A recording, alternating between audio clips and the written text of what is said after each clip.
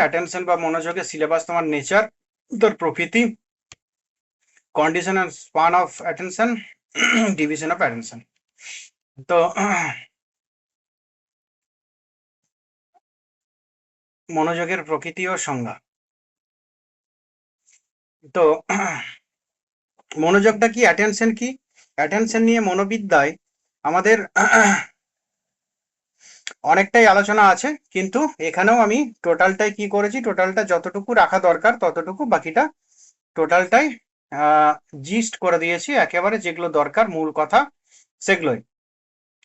এইটুকু সিলেবাস দেখবে যে কোনো বইতে পাতার পর পাতা আছে, প্রচুর, 8-10 পৃষ্ঠা কমপক্ষে। সেখানে 3-4 পৃষ্ঠা আমি মূল কথাগুলো সেইভাবেই তোমাদের বলবো। তো যাই হোক, অ্যাটেনশন বা মনোযোগ মানে কি, যে নির্দিষ্ট চিত্রে কোনো একটি বিষয়ের প্রতি আগ্রহ, সেটাকে আমরা মনোযোগ বলতে পারি, তাই তো? এটা একটা বিশেষ মানসিক প্রক্রিয়া, যেটা একটা নির্দিষ্ট বিষয়ের প্রতি, নির্দিষ্ট বস্তুর প্রতি, নির্দিষ্ট পদার্থ প্রতি যখন এই আমাদের মন নিবিষ্ট থাকে, সেটাকে বলা হচ্ছে কি, মনোযোগ। তো যাই হোক, আমরা এই মনোযোগ, এটাকে একটি মানসিক প্রক্রিয়া আমরা বললাম। কেমন মানসিক প্রক্রিয়া? না, এই প্রক্রিয়ার মাধ্যমে কি হয়, একটি ব্যক্তি বা একটি বস্তু বা একটি কোনো বিষয়, একটি কোনো পদার্থে আমাদের মন যখন একনিষ্ঠভাবে নিবিষ্ট থাকে, তখন সেটাকে বলা হয় মনোযোগ। বোঝা গেল? তো দেখো, এখানেও বলা হয়েছে, মনোবিদ্যায় মনোযোগ বলতে একটি মানসিক প্রক্রিয়াকে বোঝানো হয়, যার ফলে চেতনার পরিসর সংকুচিত হয়ে একটি নির্দিষ্ট বিষয়ের প্রতি চেতনা নিবদ্ধ হয়, তাই তো? অর্থাৎ একনিষ্ঠ চিত্তে, নিবিষ্ট চিত্তে কোনো একটি নির্দিষ্ট বিষয় বা বস্তু বা পদার্থের প্রতি আমাদের চিত্ত নিবিষ্ট থাকাকে বলা হয় মনোযোগ। তো এই যে মনোযোগ, এইটা একটা মানসিক প্রক্রিয়া বা মানসিক ক্রিয়া, যার মাধ্যমে কি হয় না, আমাদের মনটাকে একাধিক বিষয় থেকে সরিয়ে এনে কোনো পার্টিকুলার বিষয়ের প্রতি নিবিষ্ট করায়। এই যে প্রক্রিয়াটা, এই যে মনোযোগ নামক প্রক্রিয়াটা, সেটা কি করায় না, আমাদের মন সবসময় সদা চঞ্চল। আগের দিনই বলেছিলাম যে আমাদের মনের মতো স্লিপি, আমাদের মনের মতো চঞ্চল, মনের মতো ফাস্ট কোনো বিষয় বা বস্তু কিছু নেই পৃথিবীতে। তো যাই হোক, এই মনটাকে একনিষ্ঠ করা, এইটা খুবই একটা কষ্টকর ব্যাপার। আমাদের ভারতীয় দর্শনের যোগ যোগ দর্শন, যোগ দর্শনের তো এই যে চিত্তবৃত্তির যে নিরোধের কথা বলা হয়েছে, সেখানে কি মূলত ওখানে অ্যাটেনশন, মানে আমার বাহ্য বিষয়গুলো থেকে চিত্তবৃত্তিকে সরিয়ে এনে অন্তরের কোনো একটা বিষয়, কোনো একটা বস্তুতে নিবিষ্ট করা, তাই তো? সেই কথাই বলা হয়েছে আমাদের যোগ দর্শনে। তো সেই একই কথা মনোবিদ্যাতেও আমাদের অ্যাটেনশন ওয়েস্টার্ন পরিপ্রেক্ষিতে, একটা ওয়েস্টার্ন পার্সপেক্টিভে একটা অন্যভাবে বলছে যে এটা একটা প্রক্রিয়া, এই প্রক্রিয়ায় কি করে, আমাদের মন তো সদা চঞ্চল, অতএব মনের একই সঙ্গে মন বিভিন্ন বিষয়ের দিকে ধাবিত হয়, ছুটতে থাকে। সে সকল বিষয় থেকে মনকে নিয়ে এসে একটা নির্দিষ্ট, সুনির্দিষ্ট, সুস্পষ্ট কোনো বিষয়ে নিবিষ্ট করা, সেই মানে করা নামক মানসিক প্রক্রিয়া, সেটাকে বলা হচ্ছে মনোযোগ। তো যাই হোক, অধ্যাপক নাইট এবং Knight, Robert Knight, M Knight, তো এই যে নাইট এবং নাইট, তারা কি বলছেন, যে মনোযোগকে বলছে সন্ধানী আলো, সার্চ লাইট, সন্ধানী আলো, এটাকে বলা হচ্ছে সার্চ লাইট, তাই তো? মানে তুলনা করেছে আর কি, সন্ধানী আলো বা সার্চ লাইট। সার্চ লাইট কি হয়, যে আমরা যখন টর্চ জ্বালি, কোনো একটা নির্দিষ্ট বস্তুতে যখন ফেলি, সেই বস্তুটাই যেমন আলোকিত হয়, সেই বস্তুটাকেই যেমন দেখতে পাই, এই মনোযোগটাও সেরকম, যে মনোযোগ তখনই সম্ভব কোনো একটা পার্টিকুলার বস্তুতে যখন মনটাকে আমরা ওই সার্চ লাইটের মতো নিবিষ্ট করতে পারি। বোঝা গেছে? তো যেমন সন্ধানী আলো অন্ধকারে নির্দিষ্ট বস্তুকে আলোকিত করে, তা স্পষ্ট করে তোলে, তেমনি মনোযোগ বিভিন্ন মানসিক উদ্দীপনার মধ্যে একটি নির্দিষ্ট বিষয়ে চেতনার আলো ফেলে তাকে স্পষ্ট করে তোলে। ওই একই কথা। যাই হোক, এই যে মনোযোগ, এটা আমরা জাগ্রত অবস্থায় এই মনোযোগে মানে মনোযোগ এই প্রক্রিয়াটা কখন হয়? আমাদের জাগ্রত অবস্থায়। জাগ্রত অবস্থায় কি হয়? আমরা সর্বদা বিভিন্ন বস্তুতে আমাদের মন নিবিষ্ট হয় সব সময়। তো সেই বিভিন্ন বস্তু থেকে একটি মাত্র বস্তুতে মনটাকে নিয়ে আসে, বোঝা গেল? যাই হোক, এরপর এখানে আমাদের যে একটা উদাহরণ দেওয়া হয়েছে, যখন আমি পড়ার টেবিলে বসে থাকি তখন টেবিলের উপরে বই, ঘরের আলো বাতাস, বাইরের শব্দ বা বৈদ্যুতিক পাখার গুঞ্জন প্রভৃতি উপস্থিত থাকে সবকিছুই, কিন্তু মনোযোগ না দিলে এগুলোর কোনোটির প্রতি স্পষ্ট চেতনা জন্মায় না। যেমন ধরো পাখার শব্দ, তোমার বাড়িতে কি পাখার শব্দ হচ্ছে? দেখো এখন মনটা গেছে ওখানে, এতক্ষণ দেখো পাখার দিকে মন ছিল না, বোঝা গেছে? এখন কিন্তু পুরো মনটা পাখার দিকে চলে গেছে, তাই পাখার পুরো শব্দটা আমরা শুনতে পাচ্ছি। যাই হোক, তো এই আমরা পড়ার সময় আমাদের অনেক কিছু বিষয়, বাহ্য বিষয় থাকে, সামনে অনেক কিছু বিষয় থাকে। তো কিন্তু মনোযোগ না দিলে এগুলোর কোনোটির প্রতি স্পষ্ট চেতনা জন্মায় না। যখন আমি পাঠ্য পুস্তকটির দিকে মনোনিবেশ করি তখন সেটি আমার চেতনার কেন্দ্রে অবস্থান করে এবং স্পষ্টভাবে অনুধাবনযোগ্য হয়ে ওঠে। যে ধরো আমরা পড়ছি, আমরা এই যে শুনছি, শোনার সময় ধরো আমার কথাটাই ভালো করে শুনছো, এই যেটা প্রেজেন্ট করছি এটা দেখছো, এই দিকেই মন আছে। বাইরে এতক্ষণ পাখার দিকে মন ছিল না, কিন্তু পাখা বললাম, দেখো সবার মন কিন্তু পাখার দিকে, আমারও মন পাখার দিকে। এতক্ষণ আমিও শুনতে পাইনি পাখাটা, তো আমিও শুনতে পাচ্ছি পাখার শব্দটা বেশ সুন্দর। যাই হোক, মনোযোগের প্রকৃতি কেমন, প্রকৃতি ব্যাখ্যা করতে গিয়ে মনোবিদদের মধ্যে মতানৈক্য দেখা যায়, মতানৈক্য দেখা দেবেই, এরকম একটা বিষয়। এটা তো আর 1 কিলো চিনি 2 কিলো লবণের মতো নয়। এটা এটা অবশ্যই এটা নিয়ে মতানৈক্য দেখা দেবে, এক একজন ভিন্ন ভিন্ন ভাবে ব্যাখ্যা করবেন।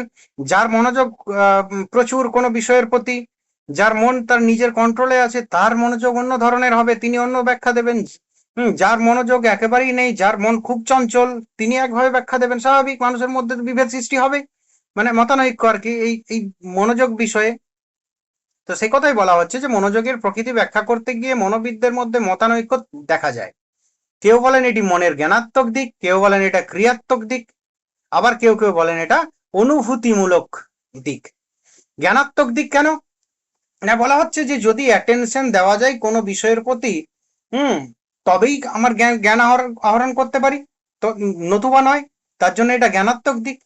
কেউ কেউ বলেন এটা ক্রিয়াত্মক দিক, কেননা মন সদা চঞ্চল, তো সবসময় চঞ্চল মন, কোনো একটা স্থানে নিবিষ্ট নয়। যদি নিবিষ্ট করা যায় তাহলে আমার তাহলে সেটাকে মনোযোগ বলা হচ্ছে, ঠিক কথায়। তাহলে কি মনের যে ক্রিয়া সেটাকে বহির্মুখী থেকে অন্তর্মুখী করতে হবে, বা একাধিক বস্তু থেকে তুলে এনে আমার একটা বস্তুতে বসাতে হবে, ক্রিয়াত্মক দিক। কেউ কেউ ক্রিয়ার প্রাধান্য দেখেন, কেউ কেউ আবার বললেন অনুভূতির ব্যাপার। আমরা অনুভূতি অনুযায়ী কোন বস্তু, সব বস্তু আমার সমান অনুভূতির প্রকাশ করে না। তাহলে যে বস্তু আমার বিশেষ অনুভূতির সহায়ক, আমার মন সেদিকেই নিবিষ্ট হয়, তখনই আমাদের কি হয়? মনোযোগ সেই বস্তুর প্রতি বৃদ্ধি পায়। তো যাই হোক, এই 3টে দিক আছে, জ্ঞানাত্মক, ক্রিয়াত্মক এবং অনুভূতিমূলক। যাই হোক, এরপর 3জনের মতটা দেয়া হয়েছে। একটা হচ্ছে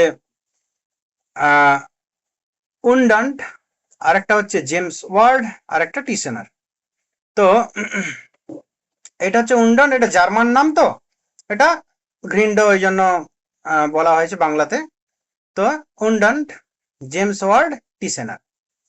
তো উন্ডান্ট এবং অন্যান্য মনোবিদরা মনোযোগের জ্ঞানাত্মক দিকের উপর গুরুত্ব দিয়েছেন। আমরা উপরেই বললাম 3টে দিক, জ্ঞানাত্মক, ক্রিয়াত্মক এবং অনুভূতিমূলক।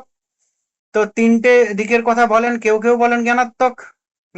মনোযোগটা কি জ্ঞানাত্মক দিক, কেননা কোনো একটা বিষয়ের প্রতি আমরা যদি একনিষ্ঠভাবে নিবিষ্ট হতে না পারি তাহলে জ্ঞান আহরণ আমাদের করা সম্ভব নয়। ক্রিয়াত্মক দিক কেন না? মন সবসময় ক্রিয়া করে, সবসময় সদা চঞ্চল, সবসময় ছটফট, এক বস্তু থেকে এক বস্তুতে ধাবিত হয়, সেটাকে অন্য বস্তু থেকে নিয়ে এসে একটা নির্দিষ্ট বিষয়ে বা বস্তুতে করাটাই হচ্ছে মনোযোগ, তাদের মত। আবার কেউ অনুভূতি যারা বলছেন, তারা কি বলছেন? যে এইটা প্রত্যেক বস্তু মানুষের মনে সমান অনুভূতি উৎপাদন করতে পারে না। যে বস্তুটা কোনো মানুষের মনে বিশেষ অনুভূতির সৃষ্টি করতে পারে, মানুষের মন সেদিকেই যায়, এটা কি মনোযোগ বলা হয়। তাই তো? সেই জন্য সেদিকে যায় বলেই মানুষ নিবিষ্ট চিত্তে কোনো একটা বিষয় বা বস্তুর কথা ভেবে থাকে, চিন্তা করে থাকে। তো যাই হোক, তিনটে দিক। হুন্ডন্ট এবং তার অন্যান্য মানে সহকর্মীবৃন্দ, তারা কি বলছেন, যে তারা মনোযোগের জ্ঞানাত্মক দিকের উপর গুরুত্ব দিয়েছেন। তাদের মতে মনোযোগ হলো কোনো স্পষ্ট চেতনার উদ্ভব, তবে এটি আংশিক সত্য হলেও মনোযোগের পূর্ণ প্রকৃতিকে বোঝায় না। জেমস ওয়ার্ড মনোযোগের ইচ্ছাশক্তি ও আগ্রহ নির্ভর দিকটির উপর গুরুত্ব আরোপ করেন এবং একে ক্রিয়াত্মক বলে অভিহিত করেন। মানুষের মন কেন একটি নির্দিষ্ট বিষয়ের প্রতি আকৃষ্ট হয়, তার কারণ হলো সেই বিষয়ে ব্যক্তির ইচ্ছা, উদ্দেশ্য বা আগ্রহ। টিসেনার বলছেন মনোযোগকে জ্ঞানাত্মক ও অনুভূতিমূলক উভয় দিক থেকেই ব্যাখ্যা করা যায়। তার মতে কি, মনোযোগের ফলে যে চেতনার জন্ম হয় তা সুখ বা দুঃখের অনুভূতিতে মিশ্রিত থাকে। যেমন কষ্টসাধ্য মনোযোগ কষ্টদায়ক হয়, অপরপক্ষে সহজসাধ্য মনোযোগ আনন্দদায়ক হতে পারে। তো যাই হোক, তিনটের মূল পার্থক্য হচ্ছে, উন্ডান্টের যে মত সেটা হচ্ছে কি না, এটা জ্ঞানাত্মক। কেন না, জ্ঞান কিভাবে হয় আমাদের মনোবিদ্যাতেও কি বলা হয়েছে, যে আমাদের জ্ঞান তো প্রথমে কি হয়, সংবেদন, তারপর হয় প্রত্যক্ষণ। তাই তো? প্রত্যক্ষণটাকেই এখানে জ্ঞান বলা হয়েছে। তো সেই বিষয়ে প্রত্যক্ষণটা কেমন হবে সেই বিষয়ে অনেক মতভেদ আছে। হ্যাঁ, তো আবার কি হয়েছে, যে কেউ কেউ বলে সম্পূর্ণ প্রত্যক্ষণের উপর গুরুত্ব আরোপ করতে হবে। প্রত্যক্ষের সঙ্গে সংবেদনের যে পার্থক্য প্রাথমিক ক্ষেত্রে আমরা দেখিয়েছিলাম, যে সংবেদনে গেঁথে গেঁথে গেঁথে গেঁথে প্রত্যক্ষ, সেই বিষয়টাকে কেউ কেউ অস্বীকার করেছেন, কেউ পুরো প্রত্যক্ষণের উপর বিশেষ গুরুত্ব, সেগুলো অন্য বিষয়। কিন্তু মূল কথা হলো যে জ্ঞান, এই জ্ঞানটা কিসের না, এটা হচ্ছে যে আমাদের ইন্ডিয়ান ফিলোসফির যে জ্ঞান এবং আমাদের সাইকোলজি বা মনোবিদ্যা বা ওয়েস্টার্ন ফিলোসফির পার্সপেক্টিভে মনোবিদ্যার যে একটা ব্রাঞ্চ আছে, সেই দিক থেকে দুটোর জ্ঞানের কিছু পার্থক্য আছে, কিন্তু তথাপি এক বিষয়ে মিল আছে। সেটা কি না, দুটো দিকেই বলা হয়েছে যে কোনো বিষয়ের জ্ঞান, তাই তো, কোনো বস্তুর জ্ঞান, কোনো পদার্থের জ্ঞান, এই দিক থেকে কিন্তু দুটো বিষয়ই এক, প্রক্রিয়াটা ভিন্ন ভিন্ন হতে পারে। তো যাই হোক, এই যে জ্ঞান হওয়ার জন্য সাইকোলজিস্টরা কি বলছেন, তারা বলছেন কোনো একটি বস্তুতে একনিষ্ঠ চিত্তে নিবিষ্ট যদি হওয়া যায় তবেই কিন্তু জ্ঞান হবে, জ্ঞান এমনি এমনি নয়। তো এই যে মনোযোগ, সেটা শুধুমাত্র কিসের জন্য না, জ্ঞানাত্মক দিক দিয়েই সম্ভব। এটা কারা বলছেন, হুন্ডান্ট। জেমস ওয়ার্ড বলছেন এটা তিনি ক্রিয়াত্মক বা কর্মের দিকটাকে তুলে ধরছেন। তাই তো? তিনি বলছেন কি, মনোযোগের ফলে যে চেতনার জন্ম হয় তা সুখ বা দুঃখের সরি, এটা আমি ভুল বলছি। মনোযোগের ইচ্ছা শক্তি ও আগ্রহ নির্ভর দিকটা যেটা, সেটাকে বলা হচ্ছে ক্রিয়া শক্তি। তো যাই হোক, এই যে ক্রিয়া, এই একে ক্রিয়ার জন্য বা ইচ্ছা বা আগ্রহ, এই পুরোটাই কি আমাদের ক্রিয়া কাজ কর্মের উপর নির্ভর করছে, সেই জন্য ক্রিয়া বলা হচ্ছে। তো এর উপর গুরুত্ব আরোপ করে বলা হচ্ছে যে কি, এই ক্রিয়াত্মক দিকের জন্যই মনোযোগ। তাই তো? ক্রিয়াত্মক জন্যই, ক্রিয়াত্মক মনের ক্রিয়াত্মক দিকের জন্যই কি হয়, আমাদের মনোযোগ। মানে ক্রিয়াত্মক মানে মনের যে চঞ্চল অবস্থাটাকে, সেটাকে আমরা, মূল কথা কি, আমরা একটা নির্দিষ্ট বস্তুতে বা পদার্থে যদি নিয়ে আসতে পারি তখন সেটাকে মনোযোগ। এবং সেই মনোযোগটা সম্ভব হবে কখন না, আমার যদি ইচ্ছা থাকে এবং আগ্রহ থাকে, তবেই হবে।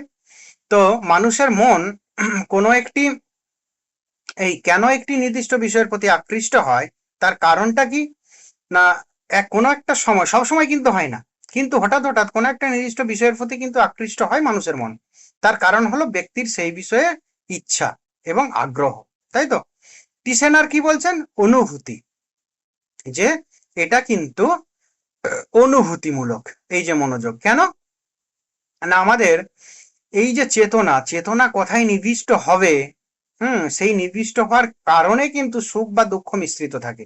আমরা সুখের জন্যও কিন্তু কোনো একটা বিষয়ে নির্দিষ্ট হই, আমরা দুঃখের জন্যও কিন্তু নির্দিষ্ট হই।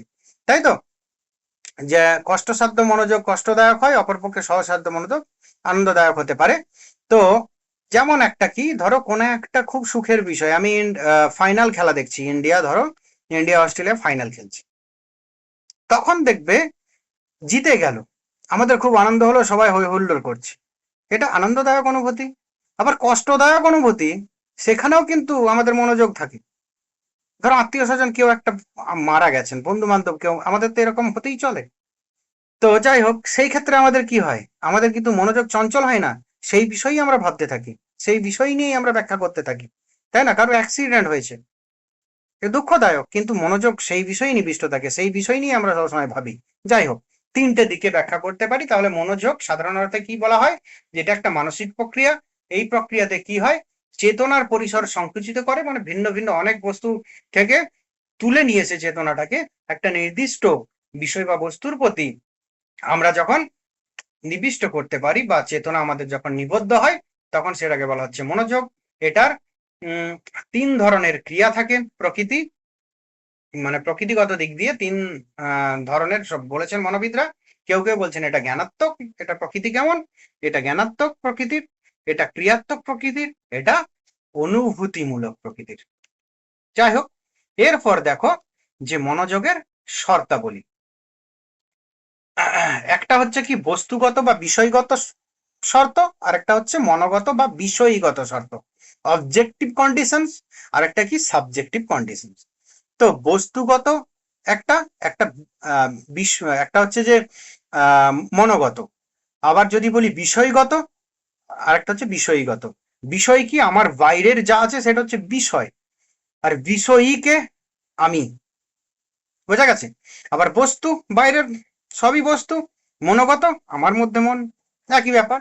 বস্তুগত বা বিষয়গত শর্ত, আর একটা হচ্ছে মনোগত বা বিষয়গত শর্ত। যাই হোক, এই যে বস্তুগত এবং বিষয়গত শর্ত এবং মনোগত এবং বিষয়গত শর্ত, এগুলোর কিছু ভাগ আছে, যেগুলো কিসে, মানে কোন কোন বিষয়গুলো বস্তুগতর মধ্যে পড়ে, আবার কিছু আছে যেগুলো বিষয়গতর মধ্যে পড়ে। যাই হোক, বস্তুগত বা বিষয়গত শর্তাবলী কি কি, বা ওগুলো কিগুলো? এই শর্তগুলো মানে বস্তুগত বা বিষয়গত যে শর্তের কথা, প্রথম 1 নাম্বার বা ক, সেটা কি বলা হচ্ছে না, এই শর্তগুলি নির্ধারিত হয় উদ্দীপক বস্তুর গুণাগুণের ভিত্তিতে। যে যেসব বৈশিষ্ট্য উদ্দীপনাকে মনোযোগ আকর্ষণে সক্ষম করে, সেগুলো কি, সেগুলো বস্তুগত বা বিষয়গত শর্তাবলী। আমরা এর আগে আমরা পড়েছি, আর একবার মনে করিয়ে দিই, যে বহিস্থ উদ্দীপনা, বহিস্থ উদ্দীপনা আমাদের ইন্দ্রিয় বা স্নায়ুপথে, আমাদের অন্তরে মনে যে প্রবেশ করে, প্রাথমিক ভাবে যখন প্রবেশ করে, তখন সেটাকে বলা হচ্ছে সংবেদন। আর সেই সংবেদনটা, হ্যাঁ, ব্যাখ্যাকৃত রূপ হচ্ছে প্রত্যক্ষণ। আমাদের নির্বিকল্পক সবিকল্পকের মধ্যে পার্থক্যের জায়গাটা আমি বলেছিলাম, মনে পড়ছে নিশ্চয়। তো যাই হোক, তাহলে কি হচ্ছে, বাহ্য বস্তু আছে, বাহ্য বস্তুগুলো কি না কি, তারা একটা এক একটা নির্দিষ্ট উদ্দীপক যুক্ত। তাহলে কি এগুলো সবই বহিস্থ উদ্দীপক? সেই বহিস্থ উদ্দীপকের দ্বারা আমাদের ইন্দ্রিয় উদ্দীপিত হয়, তাই তো? ইন্দ্রিয় উদ্দীপিত হওয়ার পর সেই উদ্দীপনা স্নায়ু পথে আমাদের মনে যায়, তাই তো? তো তবেই আমি সংবেদন পাই। তো এখানেও বলা হচ্ছে তাহলে কি, তাহলে মূল কথা কি, বাহ্য বিষয় আর আমার ইন্দ্রিয়, আমাদের যত জ্ঞান আছে, ইন্ডিয়ান ফিলোসফিতে এর ব্যাখ্যা আছে, ভালো করেই জানো। তো তাহলে বহিস্থ উদ্দীপক, উদ্দীপকের দ্বারা আমাদের ইন্দ্রিয় যখন উদ্দীপিত হয়, সেই উদ্দীপিত হওয়ার ফলে উদ্দীপনা যখন আমাদের স্নায়ুপথে মনে প্রবেশ করে, তাই তো, তখনই আমরা বহিস্থ কোনো বস্তু সম্পর্কে জ্ঞান লাভ করি। আমরা বলি বাইরের বস্তুটা দেখতে ভালো, এই নেচারটা দেখতে ভালো, এটা টক, এটা ঝাল, এটা মিষ্টি, এটা এটা গন্ধ যুক্ত, এটা ভালো গন্ধ, এই শব্দটা খুব বিকট আওয়াজ, এটা ভালো লাগছে না, এটা ভালো শব্দ। আবার এরকম হয় দেখার ক্ষেত্রেও, ওই যে বললাম যে এটা এই বস্তু, এটা ওই বস্তু, টোটালটাই হয় কিন্তু বহিস্থ উদ্দীপকের উদ্দীপকের দ্বারা আমাদের ইন্দ্রিয় উদ্দীপিত হওয়ার ফলে সেই উদ্দীপনা মনে যাওয়ার ফলে আমাদের সেটা হয়, তাই তো? যাই হোক, তাহলে এই ক্ষেত্রে কি দুটো বিষয়, একটা অন্তর বিষয় আর একটা বাহ্য বিষয়। সেই অন্তর বিষয় আমি যাকে বলছি মন মানসিক যেটা, সেটা কি, সেটা সেটা হচ্ছে বিষয়গত, আর বাইরের টোটালটাই কি বস্তুগত বা বিষয়গত। যাই হোক, মনোযোগের কি বলা হলো, যে বিষয়গত শর্তগুলি নির্ধারিত হয় উদ্দীপক বস্তুর গুণাগুণের ভিত্তিতে, মানে বাহ্য বস্তুটা কেমন হবে, তার গুণাবলী কেমন হবে, তার উপর নির্ভর করে গঠিত হয়। যেসব বৈশিষ্ট্য উদ্দীপনাকে মনোযোগ আকর্ষণে সক্ষম করে তোলে তা হলো কি, তীব্রতা, সুশৃঙ্খল আকার, আয়তন, পরিবর্তন, গতি, পৌনঃপুনিকতা, নূতনত্ব, অদ্ভুত আকৃতি। দেখো পরপর আলোচনা করবো এরপর, যে মনোযোগের শর্তাবলীর যে প্রথম শর্তাবলী বস্তুগত বা বিষয়গত, সেটা বিভিন্ন প্রকারের হতে পারে। তীব্রতা, যে উদ্দীপক বেশি তীব্র বা প্রখর, তো যেমন উচ্চ শব্দ, উজ্জ্বল আলো, যেমন উচ্চ শব্দ, উজ্জ্বল আলো, এগুলো কি তীব্র বা প্রখর উদ্দীপক। সেই যে তীব্র বা প্রখর উদ্দীপক, তা স্বয়ংক্রিয়ভাবে আমাদের মনোযোগ আকর্ষণ করে।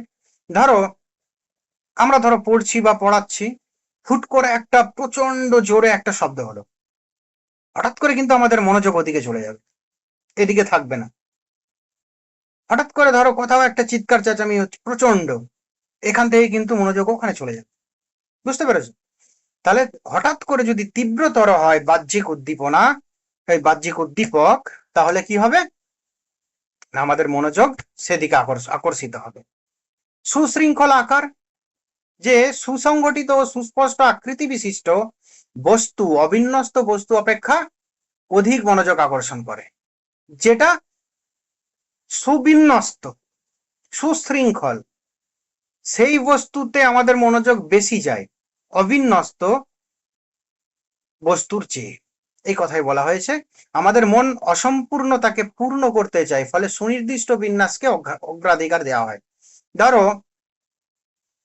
ধরো কোনো পিকচার দেখছো, সেখানেও দেখবে আমাদের মন যেগুলো খুব ভালো পিকচার সেগুলোর প্রতি আকৃষ্ট হয়। কোনো প্রকৃতি দেখছো, কোথাও গেছো, সেখানেও দেখবে হঠাৎ করে, যে ধরো অভ্যস্ত নও যে সকল মানে আমাদের প্রাকৃতিক যে ভিউ, সেগুলোর প্রতি আমাদের মন বেশি যাবে। তো যাই হোক, মানে কি সুশৃঙ্খল আকার, তো আমাদের মন অসম্পূর্ণতাকে পূর্ণ করতে চায়, ফলে সুনির্দিষ্ট বিন্যাসকে অগ্রাধিকার দেয়। অগ্রাধিকার দেয় কি, তার ফলে কি হয়, আমাদের মনোযোগ সেই সুশৃঙ্খল আকারের দিকে যায়। যে কোনো সুশৃঙ্খল আকার, একটা মূর্তি, একটা মৃত্তিকা পিণ্ড এরকম আছে, সেটার প্রতি মনোযোগ যাবে না, সেটা হয়তো কেউ একটা মূর্তি বানিয়ে দিল, দেখতে খুব সুন্দর, সেটার দিকে মনোযোগ যাবে। তো যাই হোক, তাহলে তীব্রতা হলো, হঠাৎ করে যদি তীব্র বা প্রখর কোনো তোমার বিষয় হয়, সেই ক্ষেত্রে আমাদের মনোযোগ নির্দিষ্ট হয়। সুশৃঙ্খল আকার, তাই তো, বিশৃঙ্খলের চেয়ে সুশৃঙ্খলের দিকে মনোযোগ বেশি যাবে। আমাদের বিশৃঙ্খল হলে ভালো লাগবে না, আমাদের প্রচন্ড ক্রাউডের মধ্যে শিয়ালদা স্টেশনে 1 ঘন্টা দাঁড়িয়ে দেখবে দেখি, শরীর মন সব ক্লান্ত হয়ে যাবে, আর কিছু ভালো লাগবে না। তো যাই হোক, আয়তন, সাইজ, আয়তনও কিন্তু আমাদের মনোযোগের একটা ক্ষেত্র। কেমন না, বৃহৎ বস্তুর প্রতি মনোযোগ স্বতঃস্ফূর্ত ভাবে আকৃষ্ট হয়। যেমন মাঠে একটি হাতি একটি ছাগলের চেয়ে অধিক মনোযোগ পায়। আয়তনের দিক থেকেও আমাদের কিন্তু, আয়তনের ক্ষেত্রেও, আয়তনের দিক দিয়েও আমাদের মন কিন্তু নিবিষ্ট হয়। যেমন বলা হয়েছে, একটা মাঠে যদি একটা হাতি দাঁড়িয়ে থাকে, একটা ছাগল দাঁড়িয়ে থাকে, গরু দাঁড়িয়ে থাকে, তার সবার আগে কোন দিকে মনোযোগ নিবিষ্ট হবে, হাতির দিকে। পরিবর্তন, চেঞ্জ, আকস্মিক যদি পরিবর্তন হয় কোনো কিছু, তাই তো, আকস্মিক কোনো কিছু তারতম্য, মানে একটা ছিল আবার হঠাৎ করে বেড়ে গেল, তো সেগুলো কি মনোযোগ আকর্ষিত করে। যে হঠাৎ কণ্ঠস্বর পরিবর্তন করা, বক্তার কথা ছাত্রছাত্রী বেশি ইয়ে হঠাৎ কণ্ঠস্বর পরিবর্তন করা বক্তার কথা ছাত্রছাত্রী বেশি মনোযোগ দিয়ে শোনে। ধরো এরকম হয়, তো সবাই আমরা ফেস করেছি কোনো না কোনো দিক দিয়ে, কোনো না কোনো সময়। ধরো এরকম যদি কেউ আসে, ক্লাসে আসলো, কোনো একটা বই নিল, হুম, এটা কোথায় চলে গেল, হ্যাঁ, কোনো একটা বই নিল, লাইন বাই লাইন একই রিদিমে পড়তে থাকলো, তখন কি হবে দেখবে সবাই ঘুমিয়ে পড়বে, ওইদিকে মনোযোগ যাবে না। কিন্তু যদি কোনো টিচার পড়ায়, সঙ্গে কিছু গল্প করে, হ্যাঁ, মাঝে মাঝে হাসি ঠাট্টাও কিছু কথা বলে, তখন কিন্তু অ্যাটেনশনটা পুরোপুরি থাকে। তাই যারা বিএড করেছে হয়তো দেখবে এই ধরনের পদ্ধতিগুলো তোমরা পড়েছো, যে পড়াতে কি করে হবে স্টুডেন্টদের। হ্যাঁ, তুমি খুব বিজ্ঞ হয়ে গেছো, তোমার পাণ্ডিত্য ফলানো, ক্লাসরুমটা তোমার পাণ্ডিত্য ফলানোর শুধু জায়গা নয়, ক্লাসরুমে তোমাকে টোটালটা কমপ্লিট করতে হবে। তোমার পাণ্ডিত্য তুমি কতটা জানো সেটাও তোমাকে বোঝাতে হবে, যে যতটা পারবে। যদি না পারে থেমে যেতে হবে। কিন্তু শুধু পাণ্ডিত্য ফলানো নয়, তার সঙ্গে তোমাকে টোটালটাকে কন্ট্রোলে রাখতে হবে। এই সকল বিষয়গুলো দেখবে, তোমরা তো সবাই বিএড করেছো, তো বিএড এ দেখবে এই সকলগুলো পড়ানো হয়। লাস্টে দেখবে প্র্যাকটিস টিচিং থাকে 1 মাস, কোনো কলেজে 3 মাস, 2 মাস এরকম থাকে। তো আমার যেটা বলা, যে আমার যদি আমি যদি একই রিদিমে আমি আহ, একই ধরো আমি এখানে আছি, ধরো আমি যদি একটা গানও চালিয়ে দিই, দেখবে তো অনেকের অভ্যাস আছে গান চালিয়ে পড়া। হ্যাঁ, হয়তো গান চলছে সুন্দর একটা, একটা নির্দিষ্ট লেভেলে, বেশি ডেসিবেলে নয়, পড়াশোনা করছে, দেখবে পড়াশোনার দিকে মন আছে, অন্যদিকে মন যাচ্ছে না, মানে বাইরের শব্দ যাতে কানে না আসে। কিন্তু হঠাৎ করে যদি সাউন্ডটা বেড়ে যায়, তখন কিন্তু এইসব সকল থেকে মনটা সরে ওদিকে চলে যাবে। বুঝতে পেরেছো? তো এই পরিবর্তনটা কিন্তু, এটা বলছি না, পরিবর্তনটার পার্থক্য আছে, ওটা আগেরটা হঠাৎ করে যদি বেড়ে যায়। পরিবর্তনটা কি, যে একই রিদিমে না রেখে কথাবার্তা, যখন কোনো আলোচনা বা কথাবার্তার সময় বিভিন্ন বিষয় সেখানে উপস্থাপন করা, এবং প্রয়োজনে মাঝে মাঝে পড়াশোনার বিষয় থেকে সরে গিয়ে অন্য বিষয়ের কথা বলা, মানে যাতে মনটা নিবিষ্ট থাকে ক্লাসরুমের মধ্যে, ক্লাসরুমের বাইরে মনটা যাতে না যায়। যাই হোক, তো যাই হোক, আমি যেটা বলছিলাম, তাহলে তীব্রতা, ওই যে তীব্র বা প্রখর, যে কোন তীব্র শব্দ, উজ্জ্বল আলো, এসবে কি হয়, আমাদের মনোযোগ আকর্ষিত হয়। সুশৃঙ্খল আকার, সুগঠিত, সুগঠিত কোনো একটা বস্তু, সুশৃঙ্খল আকার, যেমন ওই যে বললাম যে মৃত্তিকা, মৃত্তিকা থেকে ধরো ওই মৃত্তিকা নামানো ছিল, কোথাও একটা রাখা ছিল, সেটার প্রতি আমাদের মনোযোগ নিবিষ্ট হয়নি, কিন্তু ওটা কি হয়তো কেউ একটা আকার দিয়ে দিল, সেটা আমাদের দেখতে খুব ভালো লাগছে। আয়তন, আয়তনের দিক দিয়েও কিন্তু আমাদের অনেক সময় মনোযোগ আয়তনের দিকে ধাবিত হয়। একটি মাঠে যখন একটা হাতি আছে, একটা ছাগল আছে, হাতির দিকেই মনোযোগ ধাবিত হবে, তাই তো? আবার ধরো এরকম বলছি, মাঠের যেহেতু উদাহরণ হলো, যে ধরো কোনো একটা জায়গায় খেলা হচ্ছে, ফুটবল খেলা দেখতে গেছো, প্রকাণ্ড 7 ফুট লম্বা নাইজেরিয়ান নিয়ে এসছে কোনো একটা দল, একটা, আমাদের অন্যদের থেকে ওটার দিকেই নজর যাবে, যে এই এত বড় চেহারার এই লোকটা কি করছে দেখি আগে, এই প্লেয়ারটা কি কেমন খেলছে আগে দেখি। এগুলো হচ্ছে মনোযোগের এক একটা বিষয়। তো যাই হোক, আরেকটা কি, যে পরিবর্তন, যে আকস্মিক পরিবর্তন বা তারতম্য আমাদের মনোযোগ আকর্ষিত করে, যে হঠাৎ কণ্ঠস্বর পরিবর্তন করা বক্তার কথা ছাত্রছাত্রী বেশি মনোযোগ দিয়ে শুনে। একই রিদিমে অনেকে থাকে, দেখবে অনেক টিচার কি পেয়েছো, তো হয়তো বই এনে, অক্সফোর্ড কেমব্রিজের বড় বড় বই এনে হয়তো পড়তে শুরু করলো, ইংলিশ পড়ো বাবা, ইংলিশ না পড়লে হবে না। তো যাই হোক, তারপর দেখা যাবে ওই ক্লাসে কেউ আর ওইদিকে মন নেই, ও কি পড়াচ্ছে কেউ জানে না, সবাই হ্যাঁ হ্যাঁ দিয়ে যাচ্ছে, প্রচুর হ্যাঁ দিয়ে যাচ্ছে এবং প্রচুর বুঝছে, কিন্তু আলটিমেট কিছু হচ্ছে না। কিন্তু ওটাকেই যদি কেউ সহজ করে নিজের ছাত্রদের মতো করে যদি পড়ায়, তাহলে টোটাল ক্লাসটাই ছাত্রদের মন কিন্তু ওই টিচারের দিকেই থাকে। তো যাই হোক, এখানে হচ্ছে এই পরিবর্তন, এটা এরকম তো আমাদের বাস্তব জীবনে প্রচুর ঘটে, যাতে তোমাদের মনে থাকে তাই উদাহরণগুলো দিচ্ছি। আমাদের কম বেশি সবার জীবনে এরকম এরকম হয়েছে, সেই জন্য। তো গতি, চলমান বস্তুর প্রতি মনোযোগ সহজে আকৃষ্ট হয়। স্টাউট বলেন, মনোবিজ্ঞানী স্টাউট, স্টাউট বলেন, প্রাণী মাত্রই গতিশীল বস্তু লক্ষ্য করে, কারণ এটি তাদের জীবনের নিরাপত্তার সঙ্গে সম্পর্কযুক্ত। চলমান বস্তুর প্রতি মনোযোগ, যে এখানে কিন্তু সবই বুঝতে হবে, চলমান বস্তুর প্রতি, যত বস্তু আছে চলমান পৃথিবীতে সব প্রতি সবসময় আমাদের মনোযোগ সেটা সেরকম নয়। তুমি চুপচাপ বসে আছো, হুট করে একটা যদি কিছু পাশ দিয়ে হুট করে চলে যায়, আমাদের কিন্তু, মানে আমার চোখের সামনে দিয়ে, আমাদের মনোযোগ কিন্তু ওখানে চলে যাবে, কিছু একটা পেরিয়ে গেল। এটাই বলতে চাওয়া হয়েছে। মনোযোগ মানে তাৎক্ষণিক কোনো একটা পার্টিকুলার বস্তুর প্রতি আমাদের মনোযোগ, সার্চ লাইটের মতো, তাই তো? সার্চ লাইটের মতো মনোযোগ। কে বলেছেন? না, আমাদের একটু আগে পড়লাম যে আমাদের সার্চ লাইটের মতো মনোযোগ রবার্ট নাইট এবং এম নাইট। যে সার্চ লাইট যেমন বস্তুকে আলোকিত করে, সেই বস্তুটিকে যে বস্তুর দিকে ফেলি, মনোযোগও কি হয়, পার্টিকুলার একটা টাইমে একটা নির্দিষ্ট বিষয়ের প্রতি কিন্তু ধাবিত হয়। তো যাই হোক, যাদের দেখবে মানসিক প্রবলেম আছে, যারা দেখবে সাইকিয়াট্রিক দেখায়, তাদেরও কিন্তু সেই একই সার্চ লাইটের মতোই কোন একটি বিষয় নিয়েই ভাবছে, কিন্তু কি ভাবছে সে জানে না। হ্যাঁ, কিন্তু যখন সে জানে তখন সুস্থ লোক যে কি ভাবছি, আর যখন সে জানে না তখন সে অসুস্থ মানসিক লোক। যাই হোক, তো গতি হলো। আরেকটা হচ্ছে পৌনঃপুনিকতা। কোনো বস্তু যদি বারবার আমাদের সামনে আসে তবে তা আমাদের মনোযোগ সহজে আকর্ষিত করে, তবে অতিরিক্ত পুনরাবৃত্তি একঘেয়েমির জন্ম দিতে পারে। যে কোনো বস্তু যদি বারবার আমাদের সামনে আসে তাহলে আমাদের কি হয়, মনোযোগ আকৃষ্ট হয়। কিন্তু খুব যদি বারবার বারবার হয়ে যায় তখন সেটা বিরক্তিকর হয়ে যায়।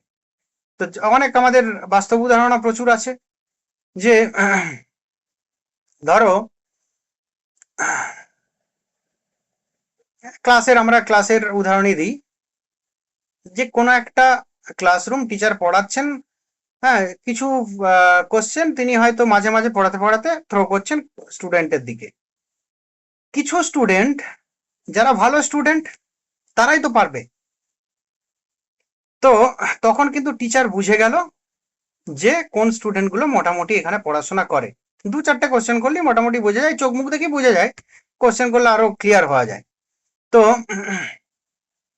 এটা হলো। কিন্তু এটা যদি তুমি অল্প করো, স্টুডেন্টদের ভালো লাগবে, বেশ স্যার পড়াচ্ছেন, মাঝে মাঝে একটু একটু জিজ্ঞাসা করছেন। কিন্তু তুমি যদি ক্লাসের 40 মিনিট কোশ্চেন করেই কাটিয়ে দাও, আর 20 মিনিটের মধ্যে 10 মিনিট পড়াও আর 10 মিনিট গল্প করো, তাহলে কিন্তু মুশকিল হয়ে গেল। তাহলে পৌনঃপুনিকতা এমনও হলো, মনোযোগ একদম শেষ, তখন আর কারো মনোযোগ তোমার ক্লাসে থাকবে না। যাই হোক, এরপর কি নূতনত্ব। যে নতুন বা অপরিচিত বস্তু বা বিষয়, যে কোনো কিছু, যে কোনো পদার্থের প্রতি আমাদের কি মনোযোগ আকৃষ্ট হয়, নতুন কিছু জানতে চাই সব সময়, নতুন কিছু হলে দেখবে আমাদের মন সেদিকে যায়, তাই তো? অজানা বিষয় জানবার আকাঙ্ক্ষা মানুষের নতুন উদ্দীপনার দিকে মনোযোগী করে তোলে। স্বাভাবিক যে যে কোনো অজানা বিষয় বা বস্তু। এবারে হ্যাঁ, এটা ব্যক্তি বেসিসে ভ্যারি করে। কোন ব্যক্তির হয়তো কোন একটা নতুন বিষয় হলো, কোন একটা ব্যক্তিও আছে, সেই ব্যক্তি সেই বিষয়ের প্রতি একই নেই,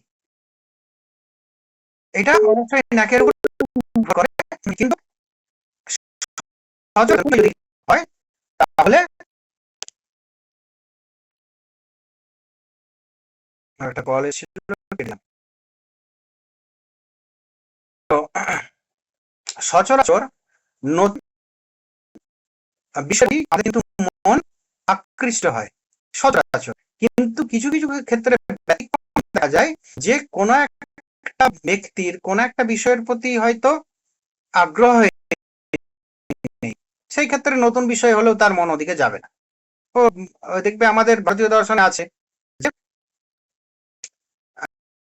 আমাদের কোন বস্তু গ্রহণীয়, কোন বস্তু বর্জনীয়, আর কোন বস্তু মানে কোন বস্তু গ্রহণীয়, কোন বস্তু বর্জনীয়, কোন বস্তু হান বুদ্ধিজন্য। কোন বিষয়ের প্রতি আমাদের আগ্রহ থাকে, সেটাকে গ্রহণ করতে চাই। কোন বিষয়ের প্রতি আমাদের আগ্রহ থাকে না, মানে কি সেটার থেকে আমরা দূরে থাকতে চাই, সেটা বর্জনীয়, সেটার দিকে আমাদের অ্যাটেনশন যাবে। আবার কিছু কিছু বিষয় বা বস্তু আছে যেটা আমাদের গ্রহণের দরকার নেই, বর্জনেরও দরকার নেই, উপেক্ষ বুদ্ধির যেটা বিষয়, সেটাকে বলা হচ্ছে যে মানে সেটা হচ্ছে কি, সেটা গ্রহণ করারও বিষয় নয়, সেটা বর্জনেরও বিষয় নয়, সেটা সম্পর্কে কোনো ইন্টারেস্ট নেই, যেটা আমাদের গদা বাংলায়। তো যাই হোক, ঠিক সেরকম বিষয় ক্ষেত্রে আমাদের কিন্তু নতুনত্ব হলেও আমাদের মন যাবে না। কিন্তু বেশিরভাগ ক্ষেত্রে নতুনত্বটা কিন্তু অ্যাটেনশনের একটা কারণ। আমরা নতুন জায়গায় গেলাম, আমাদের ইন্টারেস্ট খুব থাকবে, কিন্তু যারা ধরো সেই জায়গার লোক, তাদের কোনো ইন্টারেস্ট নেই, নর্মাল ব্যাপার।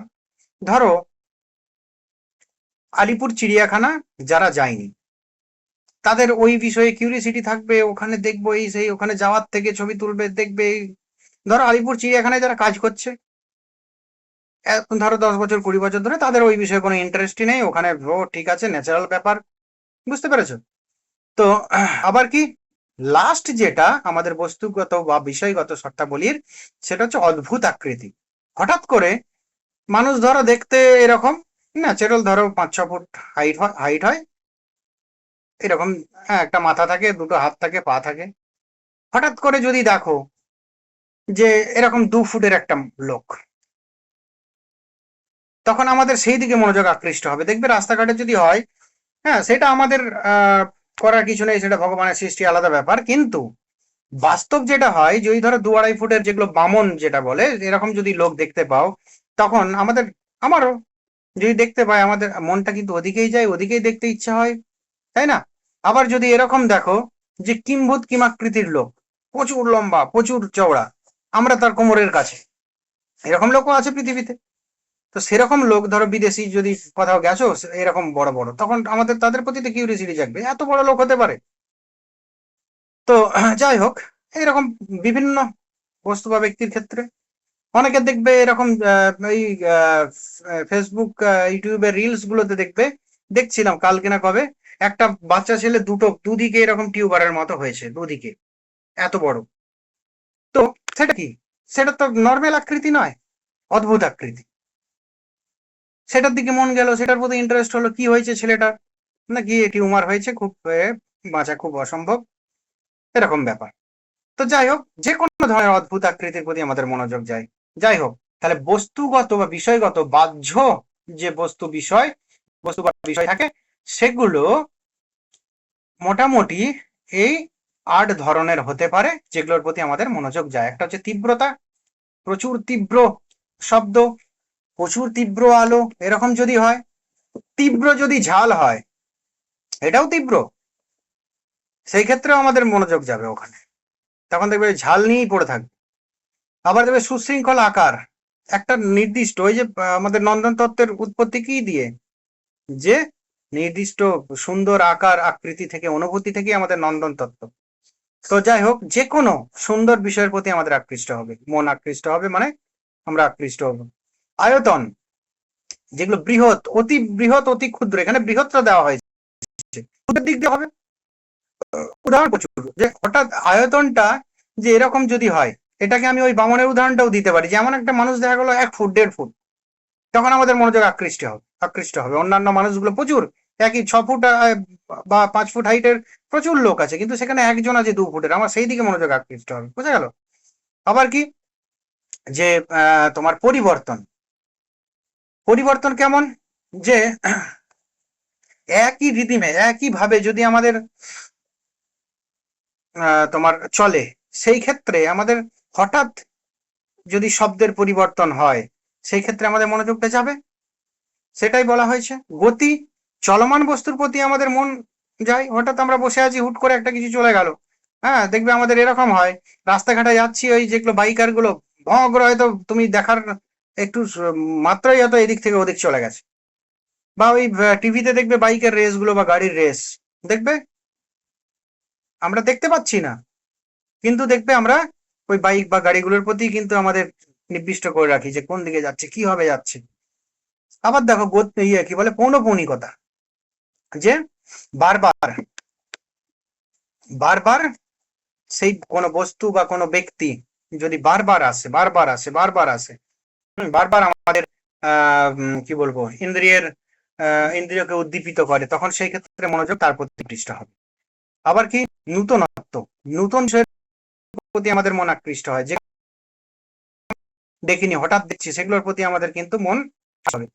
অদ্ভুত আকৃতি মানে কি, যে বিকৃত আকৃতি, আমাদের কি বলে, উপমান পড়ার সময় দেখবে আমাদের একটা ছিল এরকম উদাহরণ। যাই হোক, সেই অদ্ভুত আকৃতি হঠাৎ যদি কিম্ভূত কিমাকার যদি আকৃতির উদ্ভব হয়, তখন সেই ক্ষেত্রে আমাদের মন সেখানে যাবে। তো যাই হোক, এই যে 8 ধরনের মোটামুটি মনোযোগের ক্ষেত্র বর্তমান, অর্থাৎ কি, বস্তুগত বা বিষয়গত যে শর্তাবলী মনোযোগের, সেটা 8 ধরনের হতে পারে। সেটা আমরা আলোচনা করলাম। এরপর আমাদের আরেকটা আছে বিষয়গত শর্তাবলী। মনোযোগ যে শুধু বাহ্য বিষয়ের উপর নির্ভর করবে তবেই মনোযোগ হবে সেটা নয়। একটা উদাহরণ দিই, যে তোমার, এটা আমাদের স্যারের উদাহরণ, আমার নয়, এইটা আমি বলেছি যাদের ইন্ডিয়ান ফিলোসফি পড়ায়, খুব সুন্দর উদাহরণ, মানে পড়িয়েছি। তো ধরো কোনো একটা বিষয়ে তুমি চিন্তা করছো, কোনো একটা বিষয়ে কঠিন ভাবে নির্দিষ্ট হয়ে আছো, ধরো বাসে যাচ্ছ, খবর পেয়েছো হয়তো প্রিয়জনের কোনো দুঃসংবাদ, বাসে উঠে বসে আছো, আমাদের এরকম হয়, হুট করে খবর পেলাম বাসে যেতে হয়, যেতে হবে, তখন আমাদের মন অন্যদিকে, আমাদের পাশ দিয়ে হয়তো আমার তখন তার আগের থেকে অনেকক্ষণ আমাদের চা খাওয়ার ইচ্ছা হয়েছিল, যে একটু চা হলে ভালো হতো, বাসে উঠে ভাবছিলাম যে চা হলে ভালো হতো, তারপর হয়তো সেই মনটা ওই অন্যদিকে চিন্তা করতে চলে গেছে, পাশ দিয়ে হয়তো চা চা চা চা করে পেরিয়ে গেল কেউ। আমাদের চোখও আছে, কানও আছে, সবই আছে, কিন্তু আমরা শুনতেও পাইনি, দেখতেও পাইনি। হঠাৎ দেখলাম সামনের গেট দিয়ে যখন নেমে যাচ্ছে, তখন হয়তো আমাদের মনটা হয়তো ওই বিষয় থেকে চায়ের দিকে হঠাৎ, তখন হয়তো বললাম আমরা যে দাদা চা দিয়ে যান, তখন উনি বলছেন আপনার সাইড দিয়ে পেরিয়ে গেলাম, আপনি দেখতে পেলেন না। তো এইটা বললাম এই কারণে যে আমাদের মনোযোগ কি করতে পারে, যে একটা বিষয়ের প্রতি যদি মন নিবিষ্ট থাকে, হ্যাঁ, মানে একটা বিশেষ ইন্দ্রিয় যদি বিশেষ বস্তুর প্রতি নিবিষ্ট থাকে এবং সেখানে যদি মনটা থাকে, তাহলে অন্য বিষয়ের, অন্য ইন্দ্রিয়গুলো অন্য বিষয়ের প্রতি নিবিষ্ট থাকলেও সেই বিষয়ের উদ্দীপকের দ্বারা উদ্দীপিত হবে না। কথাটা কি বোঝাতে পারলাম? যে আমি যদি বিশেষ কোনো ইন্দ্রিয়ের উদ্দীপকের দ্বারা উদ্দীপিত হই এবং মনটা যদি সেখানে থাকে, তাহলে ওই একই টাইমে অন্যান্য ইন্দ্রিয় আছে আমার, তার বিষয় আছে, তার বিষয়েও এসে উপস্থিত, কিন্তু সেই বিষয়ে আমার মনটা নেই, তাহলে সেই বিষয়ের উদ্দীপক আমাদের গ্রহণ হবে না। বোঝা গেল? ঠিক এই কথাটাই বলবো অন্যভাবে, যে আমাদের শুধুমাত্র মনোযোগের ক্ষেত্রে বাহ্য বিষয় আমরা জানলাম, ঠিক কথাই, যে বাহ্য বিষয়গুলো বিশেষ বিশেষ প্রকারের যদি হয় তাহলে মনোযোগ আমাদের চট করে সেই বিষয়ে চলে যায়, কিন্তু যদি আমাদের বিষয়গত, অর্থাৎ আমাদের যে ভেতরে যে মনটা থাকে, মনটা কিন্তু ইম্পর্টেন্স আছে, তাই তো? মনোযোগের কার্যকারিতা শুধু বাইরের বস্তু বা উদ্দীপকের উপর নির্ভরশীল নয়, বরং ব্যক্তির মানসিক অবস্থা অত্যন্ত গুরুত্বপূর্ণ। বিষয়গত শর্তের তুলনায় বিষয়গত বা মনোগত শর্ত অধিক গুরুত্বপূর্ণ। মানে সেখানে বিষয়গত বিষয় থাকলেও যদি আমার মনটা যদি সেখানে না থাকে, সেই বিষয়ের প্রতি নিবিষ্ট না থাকে, তাহলে কিন্তু সেই বিষয়ের জ্ঞান আমার হবে না, অর্থাৎ সেই বিষয়ের উদ্দীপক আমার ইন্দ্রিয়কে উদ্দীপিত করতে পারবে না। বোঝা গেল? তাহলে মনোযোগের প্রতি যদিও বাহ্য বিষয় অবশ্যই গুরুত্বপূর্ণ বিষয়, তথাপি অন্তর বিষয় অর্থাৎ মন সেখানে থাকতে হবে, মনের উপস্থিতি সেখানে জরুরি। মন যদি সেই বিষয়ে না থাকে, তাহলে কিন্তু সেই বিষয়ের জ্ঞান আমার হবে না, অর্থাৎ সেই বিষয়ের উদ্দীপক আমার ইন্দ্রিয়কে উদ্দীপিত করতে পারবে না, যার ফলে কি হবে, ইন্দ্রিয়কে উদ্দীপিত না করলে আমার কোনো উদ্দীপনারও সৃষ্টি হবে না, এবং যার ফলে উদ্দীপনা স্নায়ু দ্বারা আমাদের মনেতেও পৌঁছাবে না। বুঝতে পেরেছ? মন যেখানে থাকবে সেটাই, তার জন্য বলা হচ্ছে কি, বাহ্য বিষয়ের থেকেও মনোযোগের ক্ষেত্রে বাহ্য বিষয়ের থেকেও অন্তর বিষয়টা বেশি গুরুত্বপূর্ণ। যাই হোক, মনোগত শর্তাবলীও কিছু আছে, এই পাঁচটা কি কি না, অনুরাগ বা আগ্রহ, আমরা যা আলোচনা করেছি সেটা কি আমরা এবারে ভেঙে আলোচনা করবো, যে মনোযোগ, এটা যেহেতু বিষয়গত শর্তাবলীর উপর বেশি নির্ভর করে, বেশি গুরুত্বপূর্ণ হলো বিষয়গত শর্তাবলী, তাহলে সেই বিষয়গত মনোগত শর্তাবলী এগুলো কি না, এগুলো কি কি সেগুলো আমাদের জেনে রাখা দরকার। তো প্রধান মনোগত শর্তাবলী বা বিষয়গত শর্তাবলী সেগুলো কি কি?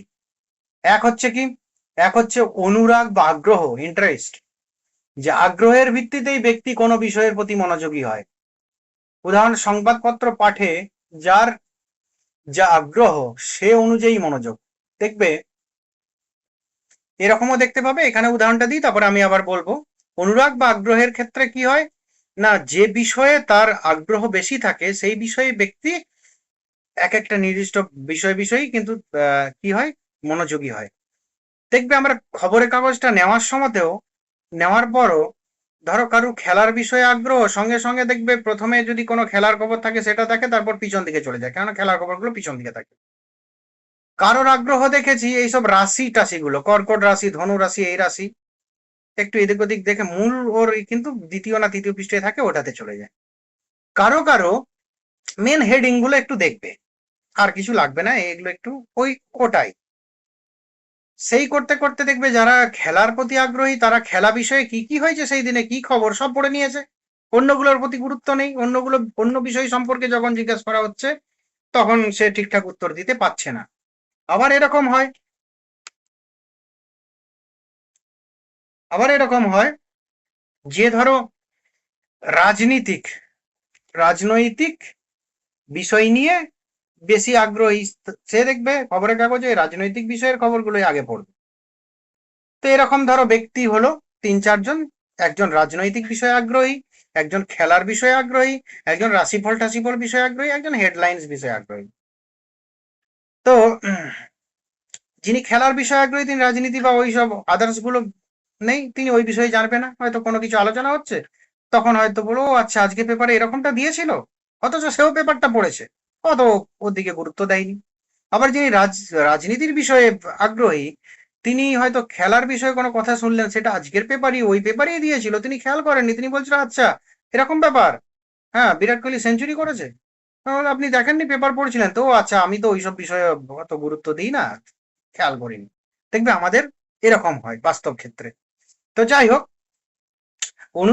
অনুরাগ বা আগ্রহের ভিত্তিতে আমাদের কি মনোযোগ নির্ভর করে। আরেকটা কি সহজ প্রবৃত্তি বা সহজাত প্রবৃত্তি, ইনস্টিংক্ট। সহজাত প্রবৃত্তি যেমন যৌনতা, কৌতূহল, বাৎসল্য ইত্যাদি মনোযোগ নির্ধারণে ভূমিকা রাখে। বিজ্ঞাপনদাতারা এই প্রবৃত্তিকে কাজে লাগিয়ে মনোযোগ আকর্ষণ করেন। এখন বর্তমান কালের যে মানুষের সহজাত প্রবৃত্তি কি, মানুষের সহজাত প্রবৃত্তি যৌনতা, কৌতূহল, বাৎসল্য, এরকম অনেক কিছু বিষয় আছে যে বিষয়ে আমাদের মনোযোগ সচরাচর সাধারণভাবেই নিবিষ্ট হয়। তো সেই সকল বিষয় নিয়েই আমাদের সংবাদদাতা থেকে শুরু করে, বিজ্ঞাপনদাতা থেকে শুরু করে বা সংবাদ মাধ্যম সেই সকল খবরগুলোকেই আমাদের নিয়ে চলে। তো এটা ধরো এখানে বিজ্ঞাপনদাতা বলা হলো, বা যে কোনো ক্ষেত্রে আমাদের ধরো সোশ্যাল মিডিয়া, দেখো মানুষ যেগুলো চায়, যেগুলো এখন মানে সেই অবস্থাতে এখানে সহজাত প্রবৃত্তি অর্থে এই নয় যে শুধুমাত্র যেগুলো মানুষ একেবারে এর থেকে চায়। বর্তমানে সহজাত প্রবৃত্তি কি মানুষের এই অবস্থাতে, সহজাত প্রবৃত্তি আমাদের দেশ, আমাদের রাজনীতি, এটাও কিন্তু একটা ব্যাপার বেশিরভাগ মানুষের। তো আগেই কিন্তু পেপার বা খবর হলে দেখবে যে কি হয়েছে, কি ঘটেছে, দেশের সঙ্গে সম্পর্ক, যুদ্ধ, এই সকলগুলো। তো এগুলো সহজাত প্রবৃত্তিতে দাঁড়িয়ে গেছে। তো যাই হোক, যেগুলো মানুষের, যে একেবারে অন্তর থেকে যেগুলো মানুষ যেগুলো চায়, যেগুলো মানুষের ভালো লাগে, সে সকল বিষয়ে কি বেশিরভাগ মানুষের, সে সকল বিষয়কে হ্যাঁ আমরা সহজাত প্রবৃত্তি বলতে পারি। তো সেই দিক দিয়ে কিন্তু মানুষের ইন্টারেস্টটা বেশি থাকে, মনোযোগটা নিবৃত্ত হয় বেশি। মানসিক প্রবণতা, মনের অভ্যন্তরীণ ধারা বা মানসিক প্রবণতা মনোযোগ নির্ধারণ করে। যে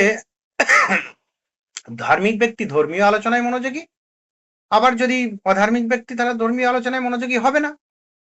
তো তাহলে যার যেমন মানসিক প্রবণতা সেই অনুযায়ী তার মানসিক যে মনোযোগ, তার মনোযোগ নির্ধারিত হয়। তো আরেকটা কি, যে আবেগ বা অনুভূতি, যে ভালোবাসা বা ঘৃণার অনুভব অনুযায়ী মনোযোগে আকর্ষিত হয়। যে ভালোবাসার ব্যক্তির গুণাবলীর প্রতি আকর্ষণ হয়। আবার যাকে আমরা পছন্দ করি না, তাই তো, তাহলে তাকে আমরা কি করি, তার থেকে আমরা দূরে থাকতে চাই, তার প্রতি আমরা ইন্টারেস্টেড থাকি না। এরকম হয়। মেজাজ অনুযায়ী আমাদের আমাদের মনোযোগ আগ্রহ বলছি, মনোযোগ আমাদের নির্ধারিত হয়, আমাদের মনোযোগ পরিবর্তিত হয়। যে দুঃখ বা বিষণ্ণতার সময় অপ্রাসঙ্গিক বিষয়েও মনোযোগ দেওয়া হয়। উদাহরণ কি, কাদার ছাপ বা অপছন্দনীয় সংকেতের প্রতি আকর্ষণ। তো এরকম অনেক উদাহরণ হতে পারে। যে মেজাজ অনুযায়ী আমাদের আমাদের মানসিক অবস্থা অনুযায়ী আমাদের কিন্তু মনোযোগটাও পরিবর্তিত হয়ে যায়। দেখবে কোনো একটা সময় হয়তো কোনো একটা বিষয়ের প্রতি প্রচুর মনোযোগ ছিল, হঠাৎ করে সেই বিষয়ের প্রতি আর মনোযোগই থাকে না, অন্য বিষয়ের প্রতি আমাদের মনোযোগ হয়ে যায়, তাই তো? আমাদের এটা বয়স, আমাদের সময়, মানে স্থান কাল অনুযায়ী এটা নির্ভর করে। যাই হোক, আমাদের পরিবর্তিত হয় এটা মনোযোগটা। যাই হোক, তাহলে বিষয়গত অর্থাৎ যেগুলো মনোগত সেই যে শর্তাবলী, সেটা কি অনুরাগ বা আগ্রহের উপর নির্ভর করে মনোযোগটা, সহজাত প্রবৃত্তির উপর নির্ভর করে, মানসিক প্রবণতার উপর নির্ভর করে, আবেগ বা অনুভূতির উপর নির্ভর করে এবং মেজাজের উপর নির্ভর করে।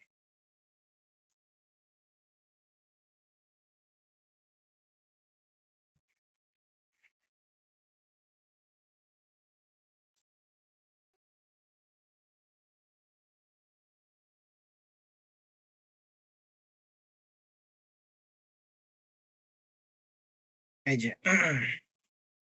মনোযোগের যে তোমার শর্তাবলী আছে, তার মধ্যে তাহলে আমরা দুটো বললাম, একটা বললাম কি বস্তুগত, আর একটা মনোগত। বস্তুগতর কিছু মানে কত ধরনের বস্তুগত হতে পারে মোটামুটি, সেগুলো প্রধান প্রধানগুলো বলা হলো, আট ধরনের। আর বিষয়গত সেটা আমরা বললাম মোটামুটি 5 ধরনের মনোগত শর্তাবলী। আরেকটা কথা বলা হচ্ছে দেহ মনের সুস্থতা। এই দুটোকে এক করে বলা হচ্ছে দেহ মনের সুস্থতা মনোযোগের কি সর্বপ্রধান শর্ত। যদি দেহ মনের ভারসাম্য যদি নষ্ট হয়ে যায়, সেই ক্ষেত্রে আমাদের মনোযোগ সেটাও কিন্তু কি, সেটা অকার্যকর হয়ে পড়ে বা মনোযোগ কি বলবো, হয় না। কেন না, আমাদের দেহ এবং মন অনেক মতবাদ আছে। ডেকার্তের তোমার দ্বৈতবাদ, আমাদের স্পিনোজার সমান্তরালবাদ। তো সাইকোলজিতে ডেকার্তের যে দ্বৈতবাদ সে বা স্পিনোজার সমান্তরালবাদ, এটা কিন্তু বিশেষ কিছু পার্থক্য নেই। ডেকার্ত তো বলছেন কি দুটোকে আলাদা ধরছেন, এবং আলাদা ধরার পর তিনি বলছেন যে দৈহিক এবং মানসিক অবস্থা, দুটো অবস্থা কি হয়, দেহ মনকে প্রভাবিত করে, মন দেহকে প্রভাবিত করে। তাহলে দেহ এবং মনের এই যে সংযোগটা নির্ধারিত হবে কি হবে না, যে এটা আমাদের এখানে আমাদের মস্তিষ্কের পিছনের দিকে আমাদের একটা গ্রন্থি আছে ছোট, সেটাকে বলা হচ্ছে ফিনিয়াল গ্ল্যান্ড। তো এই স্পাইনাল কর্ড যেটা, এটা ব্রেনের সঙ্গে যুক্ত হয় পিনিয়াল গ্ল্যান্ডের মাধ্যমে। তো এই যে এ কি করে, যে মনের সঙ্গে দেহের সংযোগ, দেহের সঙ্গে মনের সংযোগ স্থাপিত করে। তাহলে মূলত কি হয়, দেহ যদি অসুস্থ হয়, দেহ সেই বার্তা দেহকে দেয়, দেহ বিষণ্ণ হয়ে পড়ে। আবার কি দেহ যদি অসুস্থ হয়, এই মানসিক মন যদি অসুস্থ হয়, মন দেহকে দেয়, আবার দেহ যদি অসুস্থ হয় সেই দেহের বার্তা মনকে দেয়, ওই একই ভাবে। যার ফলে কি হয়, আমরা দেখি যে অনেক মানে বেশিরভাগ সময়তেই আমাদের যখন ধরো অ্যাক্সিডেন্ট হলো, আমাদের হাতে পায়ে লেগে গেল, তখন দেখবে আমরা চুপচাপ শুয়ে বসে থাকি, আমাদের মনও দেখবে বিষণ্ণ হয়ে পড়ে থাকে। তো আর স্পিনোজা সেটা কি বলছে, প্যারালালিজম সমান্তরাল ভাবে চলে মন এবং দেহ, একটু অন্য হবে। যাই বলি না কেন, যে তাহলে যেটাই বলি না কেন, দেহ এবং মনের দুটোরই সুস্থ থাকার প্রয়োজন, সুস্থ থাকা দরকার। দেহ মনের সুস্থতা কিন্তু আমাদের মনোযোগের, এটা সবচেয়ে অন্যতম প্রধান বা সর্বপ্রধান শর্ত। কেন বলা হচ্ছে না, দেহ এবং মন দুটো যদি সুস্থ থাকে তবেই আমি কোনো বিষয়ে মনোযোগ দিতে পারবো সঠিকভাবে। ধরো আমার মন ভালো, দেহ কিন্তু খুব অসুস্থ, তখন মনের বাহ্য বিষয়ের চেয়ে তার নিজের দেহটার প্রতি মনটা বেশি যাবে, যার ফলে বাহ্য বিষয়ে মনোযোগ করার মানে অ্যাটেনশন দেওয়ার প্রবণতাটা তার কম হবে। যার ফলে কি, যার ফলে বাহ্য বিষয়ে তার মনোযোগ কম হবে এবং তার নিজের দেহের প্রতি মনোযোগটা বেশি হবে। তাহলে কি, আবার কি, ধরো কারো মানসিকভাবে সে খুব অসুস্থ, কোনো দুঃখ পেয়েছে, আঘাত পেয়েছে, শরীর খুব চাঙ্গা, সেক্ষেত্রেও কিন্তু সে বাহ্য বিষয়ের প্রতি মনোযোগ দিতে পারবে না, কেন তার অন্তরের বিষয় নিয়েই সে ভাবছে, সে বাহ্য বিষয়ে দেবে কি করে। তার জন্য আমাদের অন্তর এবং মানে দেহ এবং মনের, আমাদের শরীরের যে সংগঠন দেহ মন, এই দেহ মনের সংগঠন টোটালটা কি, দুটো কি সুস্থ থাকা প্রয়োজন মনোযোগের ক্ষেত্রে। যাই হোক, এরপর মনোযোগের বিস্তার বা পরিধি, স্পান বা স্ফিয়ার, স্ফিয়ার বা স্পান বা রেঞ্জ একই হলো। যে একসঙ্গে একাধিক বিষয়ের উপর মনোযোগ দেওয়া প্রায় অসম্ভব। বিভক্ত মনোযোগের ধারণাটি অনেক ক্ষেত্রে মনের ক্ষিপ্র গতির প্রতিফলন মাত্র।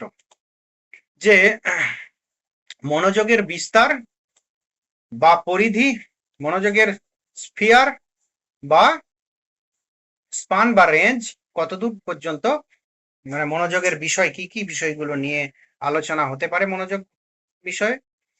তো একসঙ্গে প্রথম কথা কি, মনোযোগ একটি বিষয়ের উপর ঠিকঠাক ভাবে মনোযোগ দেওয়া যায়। একসঙ্গে একাধিক বিষয়ে আমাদের অনেক মতবাদও আছে, দেওয়া যায়। কথা বলেন অনেকে যে একসঙ্গে তো অনেকেই দেন, মাইকেল মধুসূদন দত্ত তো একসঙ্গে 4টে কাজ সমানভাবে করতে পারতেন। কিন্তু ইন জেনারেল একটি বিষয়ের প্রতি একজন ঠিকঠাক ভাবে মনোনিবেশ করতে পারেন, ওগুলো এক্সেপশনাল।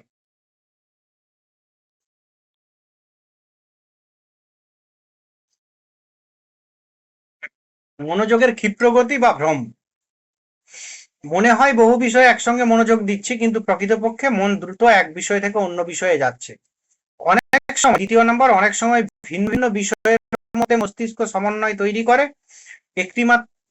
একটিমাত্র বিষয় হিসাবে গ্রহণ করে।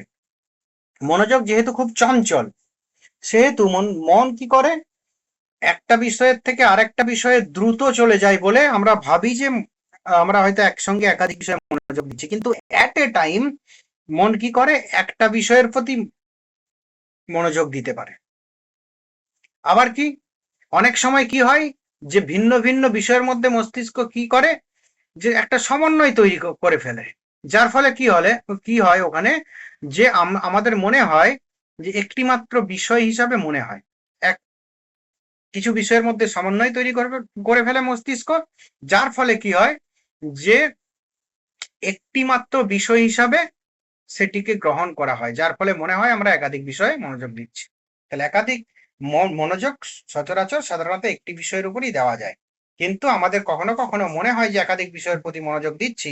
সেটা দুটো কারণে হয়। একটা হচ্ছে কি, মন খুব চঞ্চল, একটা বস্তু থেকে আরেকটা বস্তু খুব দ্রুত চলে যায়, যার ফলে মনে হয় আমরা একই সঙ্গে অনেক বিষয়ে মনোযোগ দিচ্ছি। আরেকটা হয় কি, যে মস্তিষ্ক খুব তাড়াতাড়ি খুব মানে দ্রুত কি করে, সেই বিষয়গুলোর প্রতি একটা সমন্বয় তৈরি করে বিষয়গুলোর সম্পর্কে, বিষয়গুলোর ক্ষেত্রে, যার ফলে কি হয় না, সেগুলো একটি মাত্র বিষয় হিসাবে আমাদের মনে গ্রহীত হয়, যার ফলে আমরা ভাবি যে আমরা একাধিক বিষয়ে মনোযোগ দিচ্ছি। যাই হোক, মনোযোগের বিস্তার নির্ধারণের উপায় সূত্র, একটা হচ্ছে যে কি, মার্বেল পরীক্ষা, আর একটা হচ্ছে কি ক্ষীণোদ্রিক যন্ত্র, আর একটা হচ্ছে মেট্রোনম। তো মার্বেল পরীক্ষা, একসঙ্গে প্রায় 6টি অবজেক্ট এক নজরে অবধারণ করা যায়। যে এই একসঙ্গে 6টি অবজেক্ট গ্রহণ করা যায়, এই যে গ্রহণ করাটা, সেটা কিসের উপর নির্ভর করছে, এই দুটোর মধ্যে কোনো একটি বা একই সঙ্গে দুটো। মনোযোগ ক্ষিপ্র গতি বা ভ্রম যেটা হচ্ছে, সেই মনোযোগের ভ্রমের মাধ্যমে বা মনোযোগের ক্ষিপ্র গতির কারণে আমরা কি হয় যে আমাদের একসঙ্গে অনেকগুলো নজরে আমরা আনতে পারি। 1 নাম্বার কি আমরা বলেছিলাম, মন দ্রুত একটা বিষয়ের থেকে আরেকটা বিষয়ে চলে যায়। আরেকটা কি, যে মস্তিষ্ক ওই দ্রুত একটা বিষয়ের সঙ্গে আরেকটা বিষয়ে যাওয়া বিষয়গুলোর মধ্যে একটা সমন্বয় সাধন করে ফেলে, সমন্বয় তৈরি করে ফেলে, যার ফলে ওই টোটালটাকে নিয়ে একটি বিষয় হিসাবে মন গ্রহণ করে, যার ফলে মনে হয় আমরা একাধিক বিষয়ের উপর নজর দিচ্ছি। তো সেটা কি এখানে বোঝানোর জন্য যে একসঙ্গে কি 6টি অবজেক্ট, আমরা 6টি বিষয় নজরে আনতে পারি, অবধারণ করতে পারি, মানে বুঝতে পারি, কিন্তু তার মানে এই নয় 6টি বিষয় আমরা একসঙ্গে মনোযোগ দিচ্ছি, ওটা উপরিক্ত দুটো বিষয়ের ফলে হয়। একটা ক্ষিণতি যন্ত্র, যে টেলিস্কোপ খুব অল্প সময়ের জন্য কার প্রদর্শন করে সংখ্যা, বিন্দু, অক্ষরের অবধারণ ক্ষমতা যাচায়। এটা আমি পুরোটা বলছি, আগে পড়ে নিই, যে 4-5টি সংখ্যা সাধারণত এক নজরে দেখা বা স্মরণ করা সম্ভব, সংগঠিত রূপে থাকলে আরো বেশি মনে রাখা যায়। উদাহরণ, এটা হচ্ছে ওয়াই, দাঁড়াও, এইটা একটু ভুল আছে, এইটার উদাহরণটা আমি তোমাদের মনোযোগ কোথায় গেল,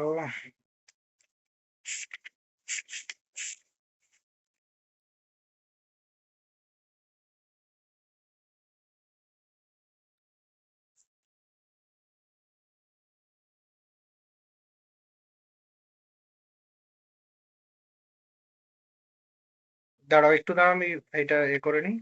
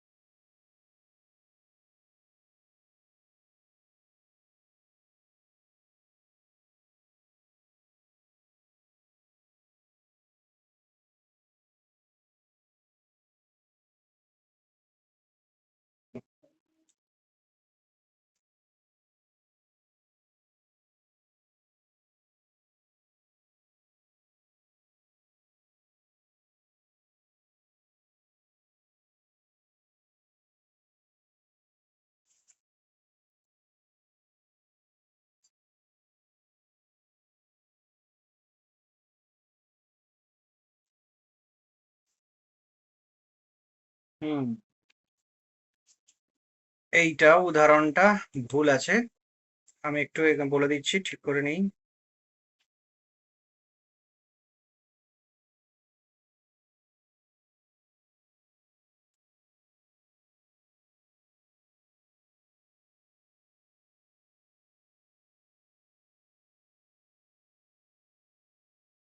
অবলোকন ক্ষেত্র একটি অবধারণ দ্বারা ঢাকা থাকে, সেটিকে ক্ষণকালের জন্য সরিয়ে আবার ঢাকা দেওয়া যায়। তো আহ দেখো, প্রথমটা কি, মার্বেল পরীক্ষা, একসঙ্গে 6টি অবজেক্ট মনে রাখা, ওটা কি উপরের দ্বারা হচ্ছে। আবার কি ক্ষণত্রিক যন্ত্র বা টেলিস্কোপে আমরা কি হয় না, এটা টেলিস্কোপে, টেলিস্কোপে কি হয়, টেলিস্কোপে দূরের জিনিস কাছে দেখা যায়, আর টেলিস্কোপে কাছের জিনিস বড় বড় করে দেখা যায়। তো এই যে টেলিস্কোপ, এখানে কি, যে একসঙ্গে 4-5টি সংখ্যা সাধারণত এক নজরে দেখা বা স্মরণ করা আমাদের সম্ভব হয়, ঠিক তার বেশি হয় না। কেননা এটা কি করে, এটা প্রত্যেকটি যে বস্তু থাকে, যা বিষয় থাকে, তার মধ্যেও আবার কি কি থাকে সেটাকেও আবার আরো কি বলে, জুম করে, যেটা আমাদের বর্তমান কালে মানে জুম করে এটা দেখায়, যার ফলে কি একটা বিষয়ের মধ্যে আরো অনেক কিছু বিষয় এসে পড়ে, যার ফলে কি 4-5টা বিষয়ের বেশি আর বিষয়ের বেশি দেখা সম্ভব হয় না।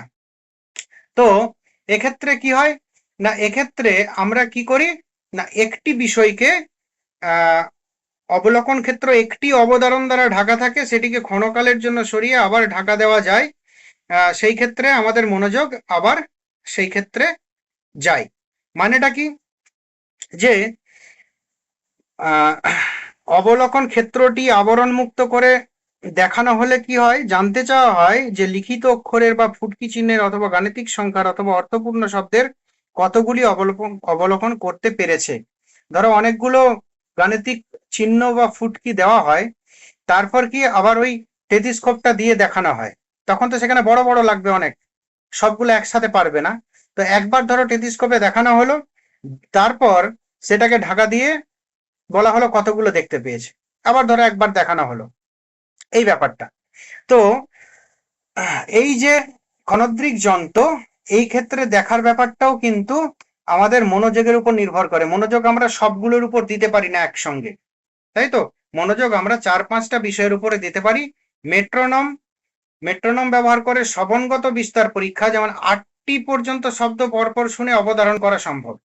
যে ছন্দযুক্ত শব্দ হলে বিস্তার বাড়ে, যখন ছন্দযুক্ত শব্দ হয় বা হয়তো কাছাকাছি, ধরো পিতা পুত্র, তোমার ছেলে মেয়ে, তোমার হচ্ছে এই ধরনের যেগুলো ছাত্র শিক্ষক, এই ধরনের যদি শব্দ থাকে, বা যদি ধরো ছন্দ, যেমন কবিতা, ছন্দযুক্ত কবিতা আমরা মনে রাখতে পারি তাড়াতাড়ি, মনোযোগ থাকে বেশি, তার জন্য মনে রাখতে পারি। আবার যদি ছন্দযুক্ত না হয় সেক্ষেত্রে আমাদের মনোযোগ যায় না। সেই জন্য 3টে দিক দিয়ে বোঝানো হয়েছে। একটা হচ্ছে যে একেবারে বাহ্য অবজেক্ট, 6টি বিষয়ের বেশি আমরা একসঙ্গে নজরে আনতে পারি না, মানে মনোযোগ দিতে পারি না। আর সংখ্যাগত দিক দিয়ে 4-5টির বেশি সংখ্যা একসঙ্গে, মানে ওর বেশি আমরা একই সঙ্গে নিবিষ্ট হতে পারি না। আরেকটা কি, মেট্রোনম, শব্দের ক্ষেত্রেও কিন্তু যে আমরা ওই 7-8টির মতো শব্দ একেবারে আমরা মনোযোগ দিতে পারি, তাও কিন্তু প্রত্যেকটি ক্ষেত্রেই মূল কিন্তু দুটো। এই মনে হয় বহু বিষয় একসঙ্গে মনোযোগ দিচ্ছি, এটা হয় কেন, এই টোটালগুলো মনে হওয়া হয় কেন, একটা হচ্ছে যে থেকে আরেকটা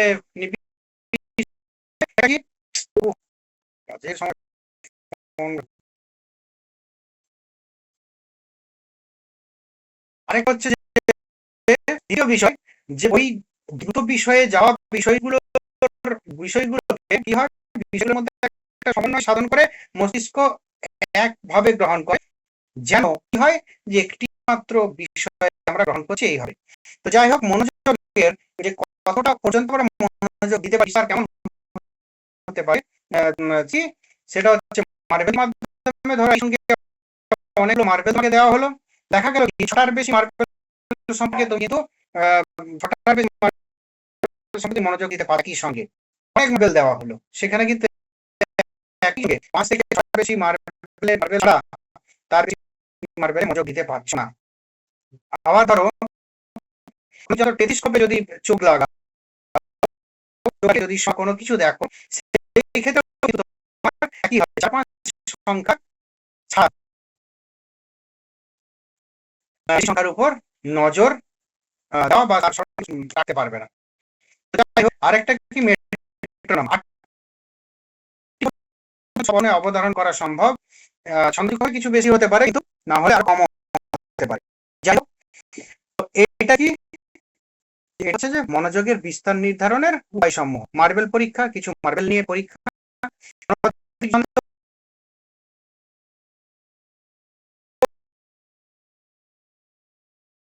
সংখ্যা হলো, সেখানে টেলিস্কোপ লাগিয়ে তোকে দেখানো হলো ছোট ছোট করে সংখ্যা লিখে, যে একই সঙ্গে তুমি অ্যাটেন্ড কতগুলো সংখ্যা মনে রাখতে পারো, একই সঙ্গে কতগুলো সংখ্যার উপর মনোযোগ নির্ভর করতে পারছো।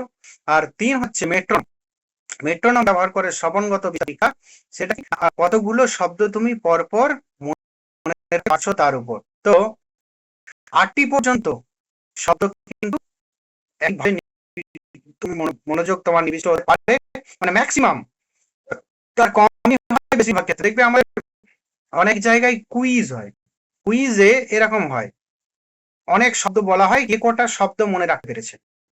দেখবে আমরা অনেক ক্ষেত্রেই আমরা গুলিয়ে ফেলি। আবার ধরো এই মনে রাখা, দেখবে যে চাল এত কেজি, গম এত কেজি, কি বলে পটল এত কিলো, এই ধরনের বলে, সেই ক্ষেত্রেও দেখবে আমরা 3, 4, 5টার বেশি খুব একটা মনে রাখতে পারি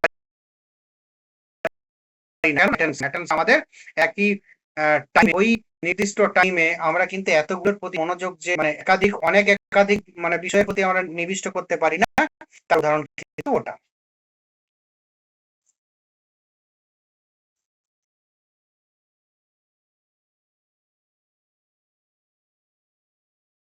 আর হচ্ছে কি মনোযোগের বিভাজনের কথা আছে, যে মনোযোগের আমাদের বিভাজিত হয়ে যায়। মনোযোগ বিভাজন হয়ে গেলে পরে কি হয়, আগের দিন যেটা স্মৃতি, যে স্মৃতি তো আমার যে আমরা কোনো একটা বিষয়ে মনোযোগ দিয়ে শুনছি, মনোযোগ কিছু চলে গেল, অ্যাটেনশন ছিল না, তারপরে আবার মনোযোগ এলো। যার ফলে আমরা প্রথম যে মনোযোগের বিষয় এবং লাস্টে যে মনোযোগের বিষয়, এই দুটোর মধ্যে রিলেট করতে শুরু করি, যার ফলে মাঝে যে বিষয় ছিল না সেটা কিন্তু আমাদের থেকে দ্রুত হয়। এবং এই দুটো মনোযোগ, যে প্রথম এবং শেষের যে বিষয় মনোযোগ আমরা দিয়েছি, সেই বিষয় সম্পর্কে অবধারণ তৈরি করি। যাই হোক, এই যে মনোযোগের বিভাজন, সেটা কি না একই সময়ে একাধিক বিষয়ের প্রতি মনোযোগ প্রদান করা। মনোযোগের বিভাজন মানে একই সময়ে একাধিক বিষয়, একটি বিষয় নয়। একটি বিষয় হলে সেটা মনোযোগ, আর একাধিক বিষয় হলে মনোযোগের বিভাজন। এরপর দেখো এটি সম্ভব কিনা, এটি কি করে সম্ভব। এই প্রশ্নটি একটি বিতর্কের বিষয়, কারণ দৈনন্দিন জীবনে আমরা কি দেখি না, এক ব্যক্তি একসঙ্গে দুই বা ততোধিক কাজ করছেন। যেমন দর্জির সেলাই করা কথোপকথন, একই সঙ্গে কাজও করে আছে, কথোপকথনও করছেন। সার্কাস শিল্পী একই সঙ্গে অনেক কিছু কাজ করছেন, বা মহিলাদের উল বোনা, গল্প করা, এই ধরনের এখানে উদাহরণগুলো দেওয়া হয়েছে। এতে প্রশ্ন ওঠে, যদি মনোযোগ একটি সময়ে কেবল একটি বিষয়ের প্রতি দেওয়া সম্ভব হয়, তাহলে এইসব ঘটনা কিভাবে সম্ভব হয়? কারণ এই ক্ষেত্রে তো সব একই হচ্ছে। তো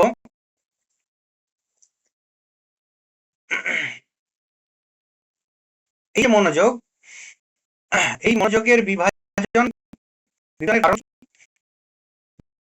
যে মনোযোগের স্থানান্তর, যান্ত্রিকতা, স্বয়ংক্রিয়তা, শৃঙ্খলাবদ্ধতা আর শিক্ষণ অভ্যাস।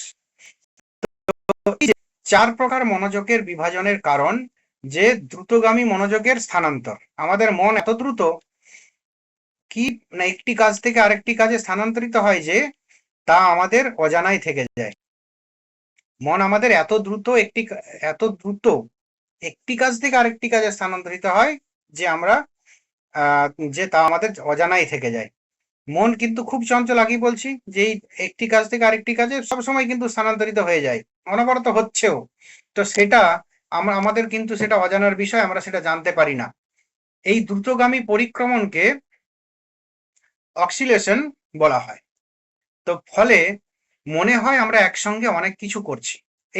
এই কথাই বলা হচ্ছে যে দ্রুতগামী মনোযোগের স্থানান্তর, যেটা প্রথমে দুটো প্রক্রিয়া বলেছিলাম, ক্ষিপ্রগতি বা ভ্রম।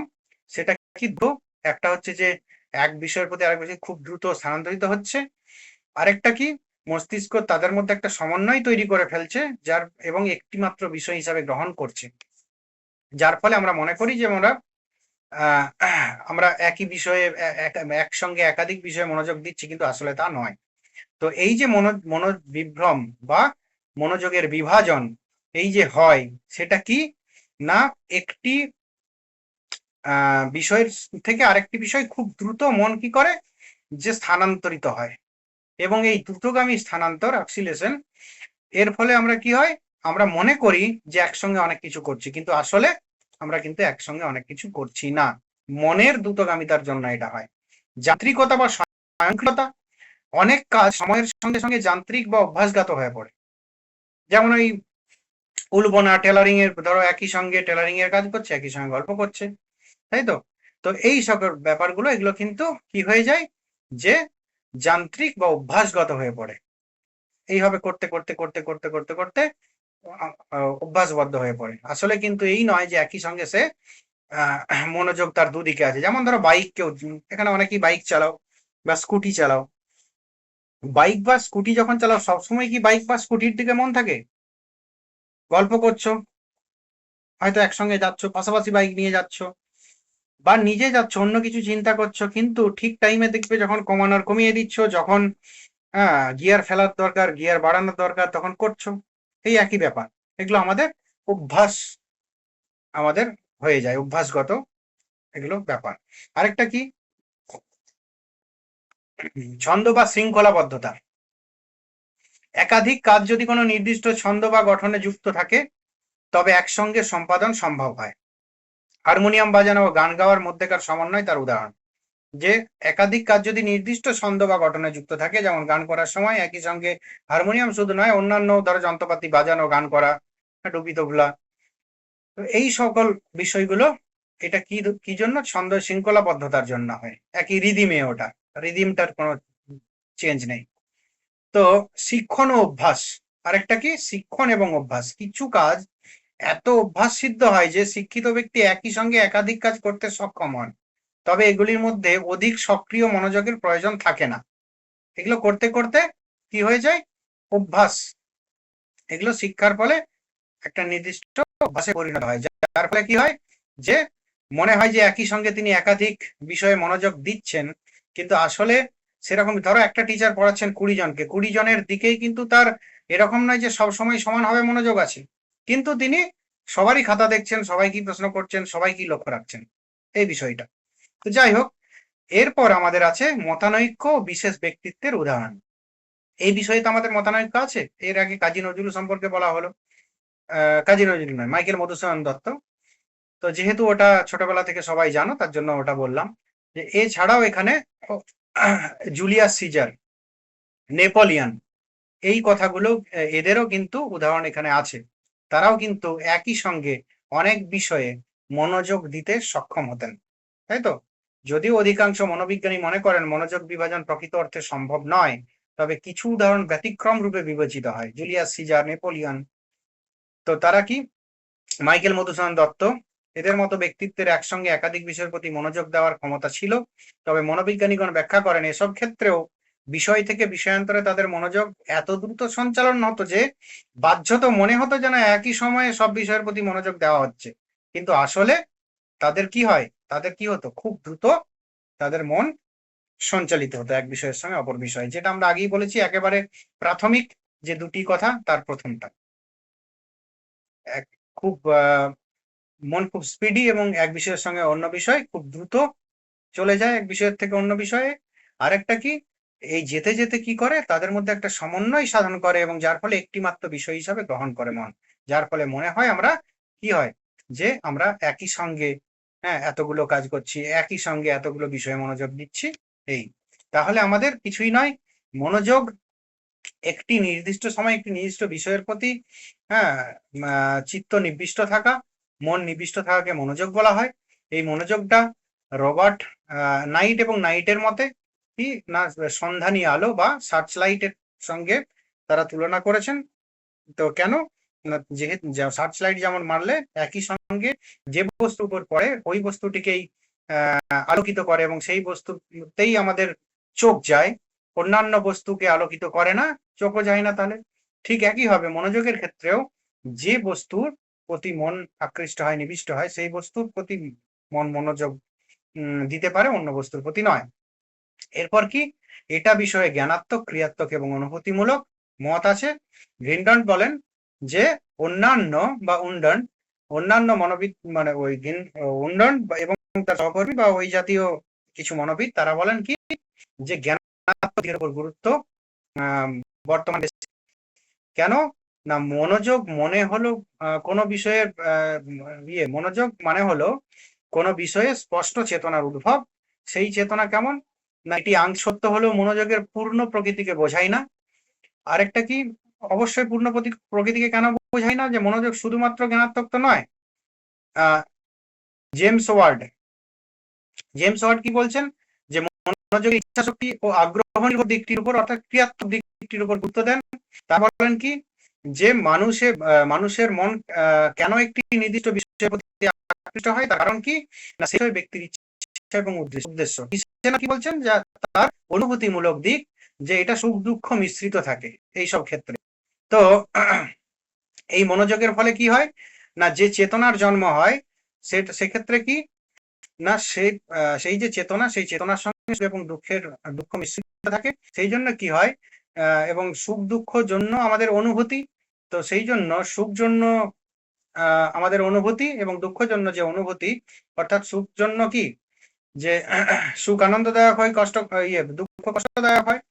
এই সুখ দুঃখের যে অনুভূতি, সেক্ষেত্রে কিন্তু কি আমাদের মনোযোগ বেশি হয়, এবং যত মনোযোগ আমরা দিতে পারি, অনুভূতি আমাদের তত কি হয়, তত আমাদের অ্যাকিউরেট হয়। আর কি মনোযোগের কিছু শর্তাবলী বস্তুগত বা বিষয়গত, আর একটা হচ্ছে বিষয়গত বা তোমার মনোগত। বস্তুগত মানে বাহ্যিক যেগুলো বস্তু বা বিষয়, তার উপর যে কি তীব্রতা, সুশৃঙ্খল আকার, আয়তন, পরিবর্তন, গতি, পৌনঃপুনিকতা, নতুনত্ব, অদ্ভুত আকৃতি মানে কিম্ভূত কিমাকার, মানে যেগুলো সচরাচর দেখা যায় না সেই সকল।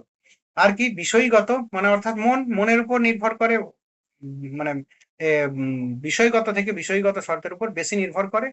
আর কি এই যে বিষয়গত শর্ত, সেখানে মনটাই প্রধান, মনটাকে কেন্দ্র করি সবকিছু, মনটাকে কেন্দ্র করি অনুরাগ বা আগ্রহ, তার কি যে বিষয়ের প্রতি আমার অনুরাগ, যে বিষয়কে আমরা পেতে চাই, সেই বিষয়ের প্রতি আমার আগ্রহ বেশি, বা মানে আগ্রহ বেশি মানে অনুরাগ বেশি, একই সেই বিষয়ের প্রতি আমার মনোযোগ বেশি থাকবে। সহজাত প্রবৃত্তি, যেমন যৌনতা, কৌতূহল, বাৎসল্য, এই সকল বিষয়ে আমাদের কি হয়, মনোযোগ বেশি থাকে। মানসিক প্রবণতা, যে মনের অভ্যন্তরীণ ধারা বা মানসিক প্রবণতা মনোযোগ নির্ধারণ করে। আমরা যে যেমন প্রবণতা যুক্ত মানুষ হয়, সেই প্রবণতার বিষয়ের প্রতি আমাদের মন সেরকম যাবে। আবেগ বা অনুভূতি, যে ভালোবাসা বা ঘৃণার অনুভব অনুযায়ী মনোযোগ আকর্ষিত হয়, যে ভালোবাসার ব্যক্তির গুণাবলীর প্রতি আমরা আকর্ষিত হই। আর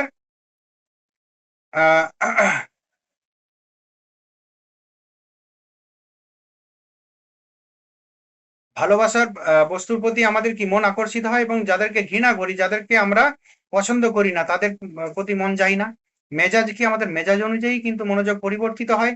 দুঃখের সময়, দুঃখ বা বিষণ্ণতার সময় অপ্রাসঙ্গিক বিষয়ে মনোযোগ দেওয়া হয়। তো এই যে এইটা বিভিন্ন হতে পারে, উদাহরণগুলো এক একটা করে দেওয়া হয়েছে, বিভিন্ন উদাহরণ হতে পারে। আবার কি যে সর্বোপরি বলা যেতে পারে দেহ এবং মনের সুস্থতা, যদি দেহ এবং মন যদি সুস্থ হয়, তবে আমাদের কোনো বিষয়ের প্রতি মনোযোগ আমরা দিতে পারি।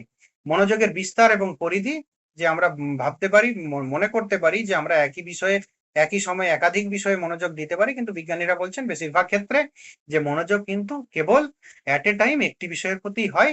আমরা অনেক ক্ষেত্রে দেখি যে একাধিক বিষয়ের প্রতি মনোযোগ, কিন্তু আসলে সেগুলো দুটো কারণে, মনের ক্ষিপ্র গতি বা ভ্রমের কারণে আমাদের হয়ে থাকে।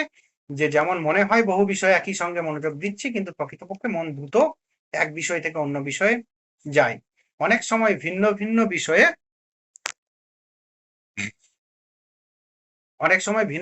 বিষয়ের মধ্যে মস্তিষ্ক সমন্বয় তৈরি করে একটি মাত্র বিষয় হিসাবে গ্রহণ করে। কি হয়, যখন একটি বিষয় থেকে আরেকটি বিষয়ে মন খুব দ্রুত বেগে যায়, তখন কি হয় যে ওই সকল বিষয়গুলি সমন্বয়ে এমন একটা ভাব হয় যে একই বিষয় মন তৈরি করে ফেলে, এবং সেটিকে মন গ্রহণ করে, যার ফলে মনে হয় যে আমরা একই সময় আমরা একাধিক বিষয়ে মনোযোগ দিতে পারছি। তো যাই হোক, এটা 3 ভাবে পরীক্ষা একটা দেওয়া হয়েছে, মানে এগুলো বাস্তব জাস্ট বোঝানোর জন্য। যে মার্বেল পরীক্ষা, একই সঙ্গে অনেক মার্বেল ঢেলে দিয়ে দেখা হলো যে কটি মার্বেলের উপর তুমি একই সঙ্গে নজর রাখতে পারছো। দেখা যাচ্ছে যে একটি মানুষ ম্যাক্সিমাম 6টির উপর। আবার টেলিস্কোপে অনেক বিষয় দেওয়া হলো, এবং টেলিস্কোপের নিচে যখন রেখে দেখানো হলো যে 4-5টির বেশি একই সময়ে নজরে আনতে পারছে না। মেট্রোনম, এটা কি যে শ্রবণগত বিস্তার বা পরীক্ষা, যে কি 8টি পর্যন্ত শব্দ পরপর শুনে অবধারণ করা সম্ভব, যে 8টির বেশি, এটা কিন্তু ম্যাক্সিমাম, আমাদের দেখবে 4-5টা হবে। যাদের আইকিউ অনেক বেশি, এবং যাদের মানসিক মনকে, মানে যাদের মন অনেক কন্ট্রোলে, তারা ওরকম পাবে 7-8টা পারবে। তো যাই হোক, মনোযোগের বিভাজন, এটা কি, এটা দ্রুতগামী মনোযোগের স্থানান্তরের কারণে হয়। আবার হয় যান্ত্রিকতা, স্বয়ংক্রিয়তার জন্য হয়, ছন্দবদ্ধ বা শৃঙ্খলতার জন্য হয়, আর শিক্ষণ ও অভ্যাসের কারণে হয়। 4টি কারণে আমাদের মনোযোগের বিভাজন হয়ে থাকে। আর কি, আর মনোযোগের বিভাজন হয়, এবং বিভাজনটা হয় ঠিক কথাই, কিন্তু আমাদের মনে হয় যেন আমরা একই সঙ্গে সকল বিষয়ে আমরা মনোযোগ দিচ্ছি সমানভাবে। তো যাই হোক, আর এই বিষয়ে আমাদের কিছু আমাদের ব্যতিক্রম সেটাও আছে, Julius Caesar, Napoleon, Michael Madhusudan Dutt ইত্যাদি উদাহরণ আছে, যে তারা একই সঙ্গে অনেক বিষয়ে মনোযোগ দিতে পারতো, অর্থাৎ অনেক বিষয় বা একাধিক বিষয়। যাই হোক, এরপর আমরা কিছু এমসিকিউ দেখে নিই। এই পর্যন্ত আমাদের মনোযোগটা কমপ্লিট হলো।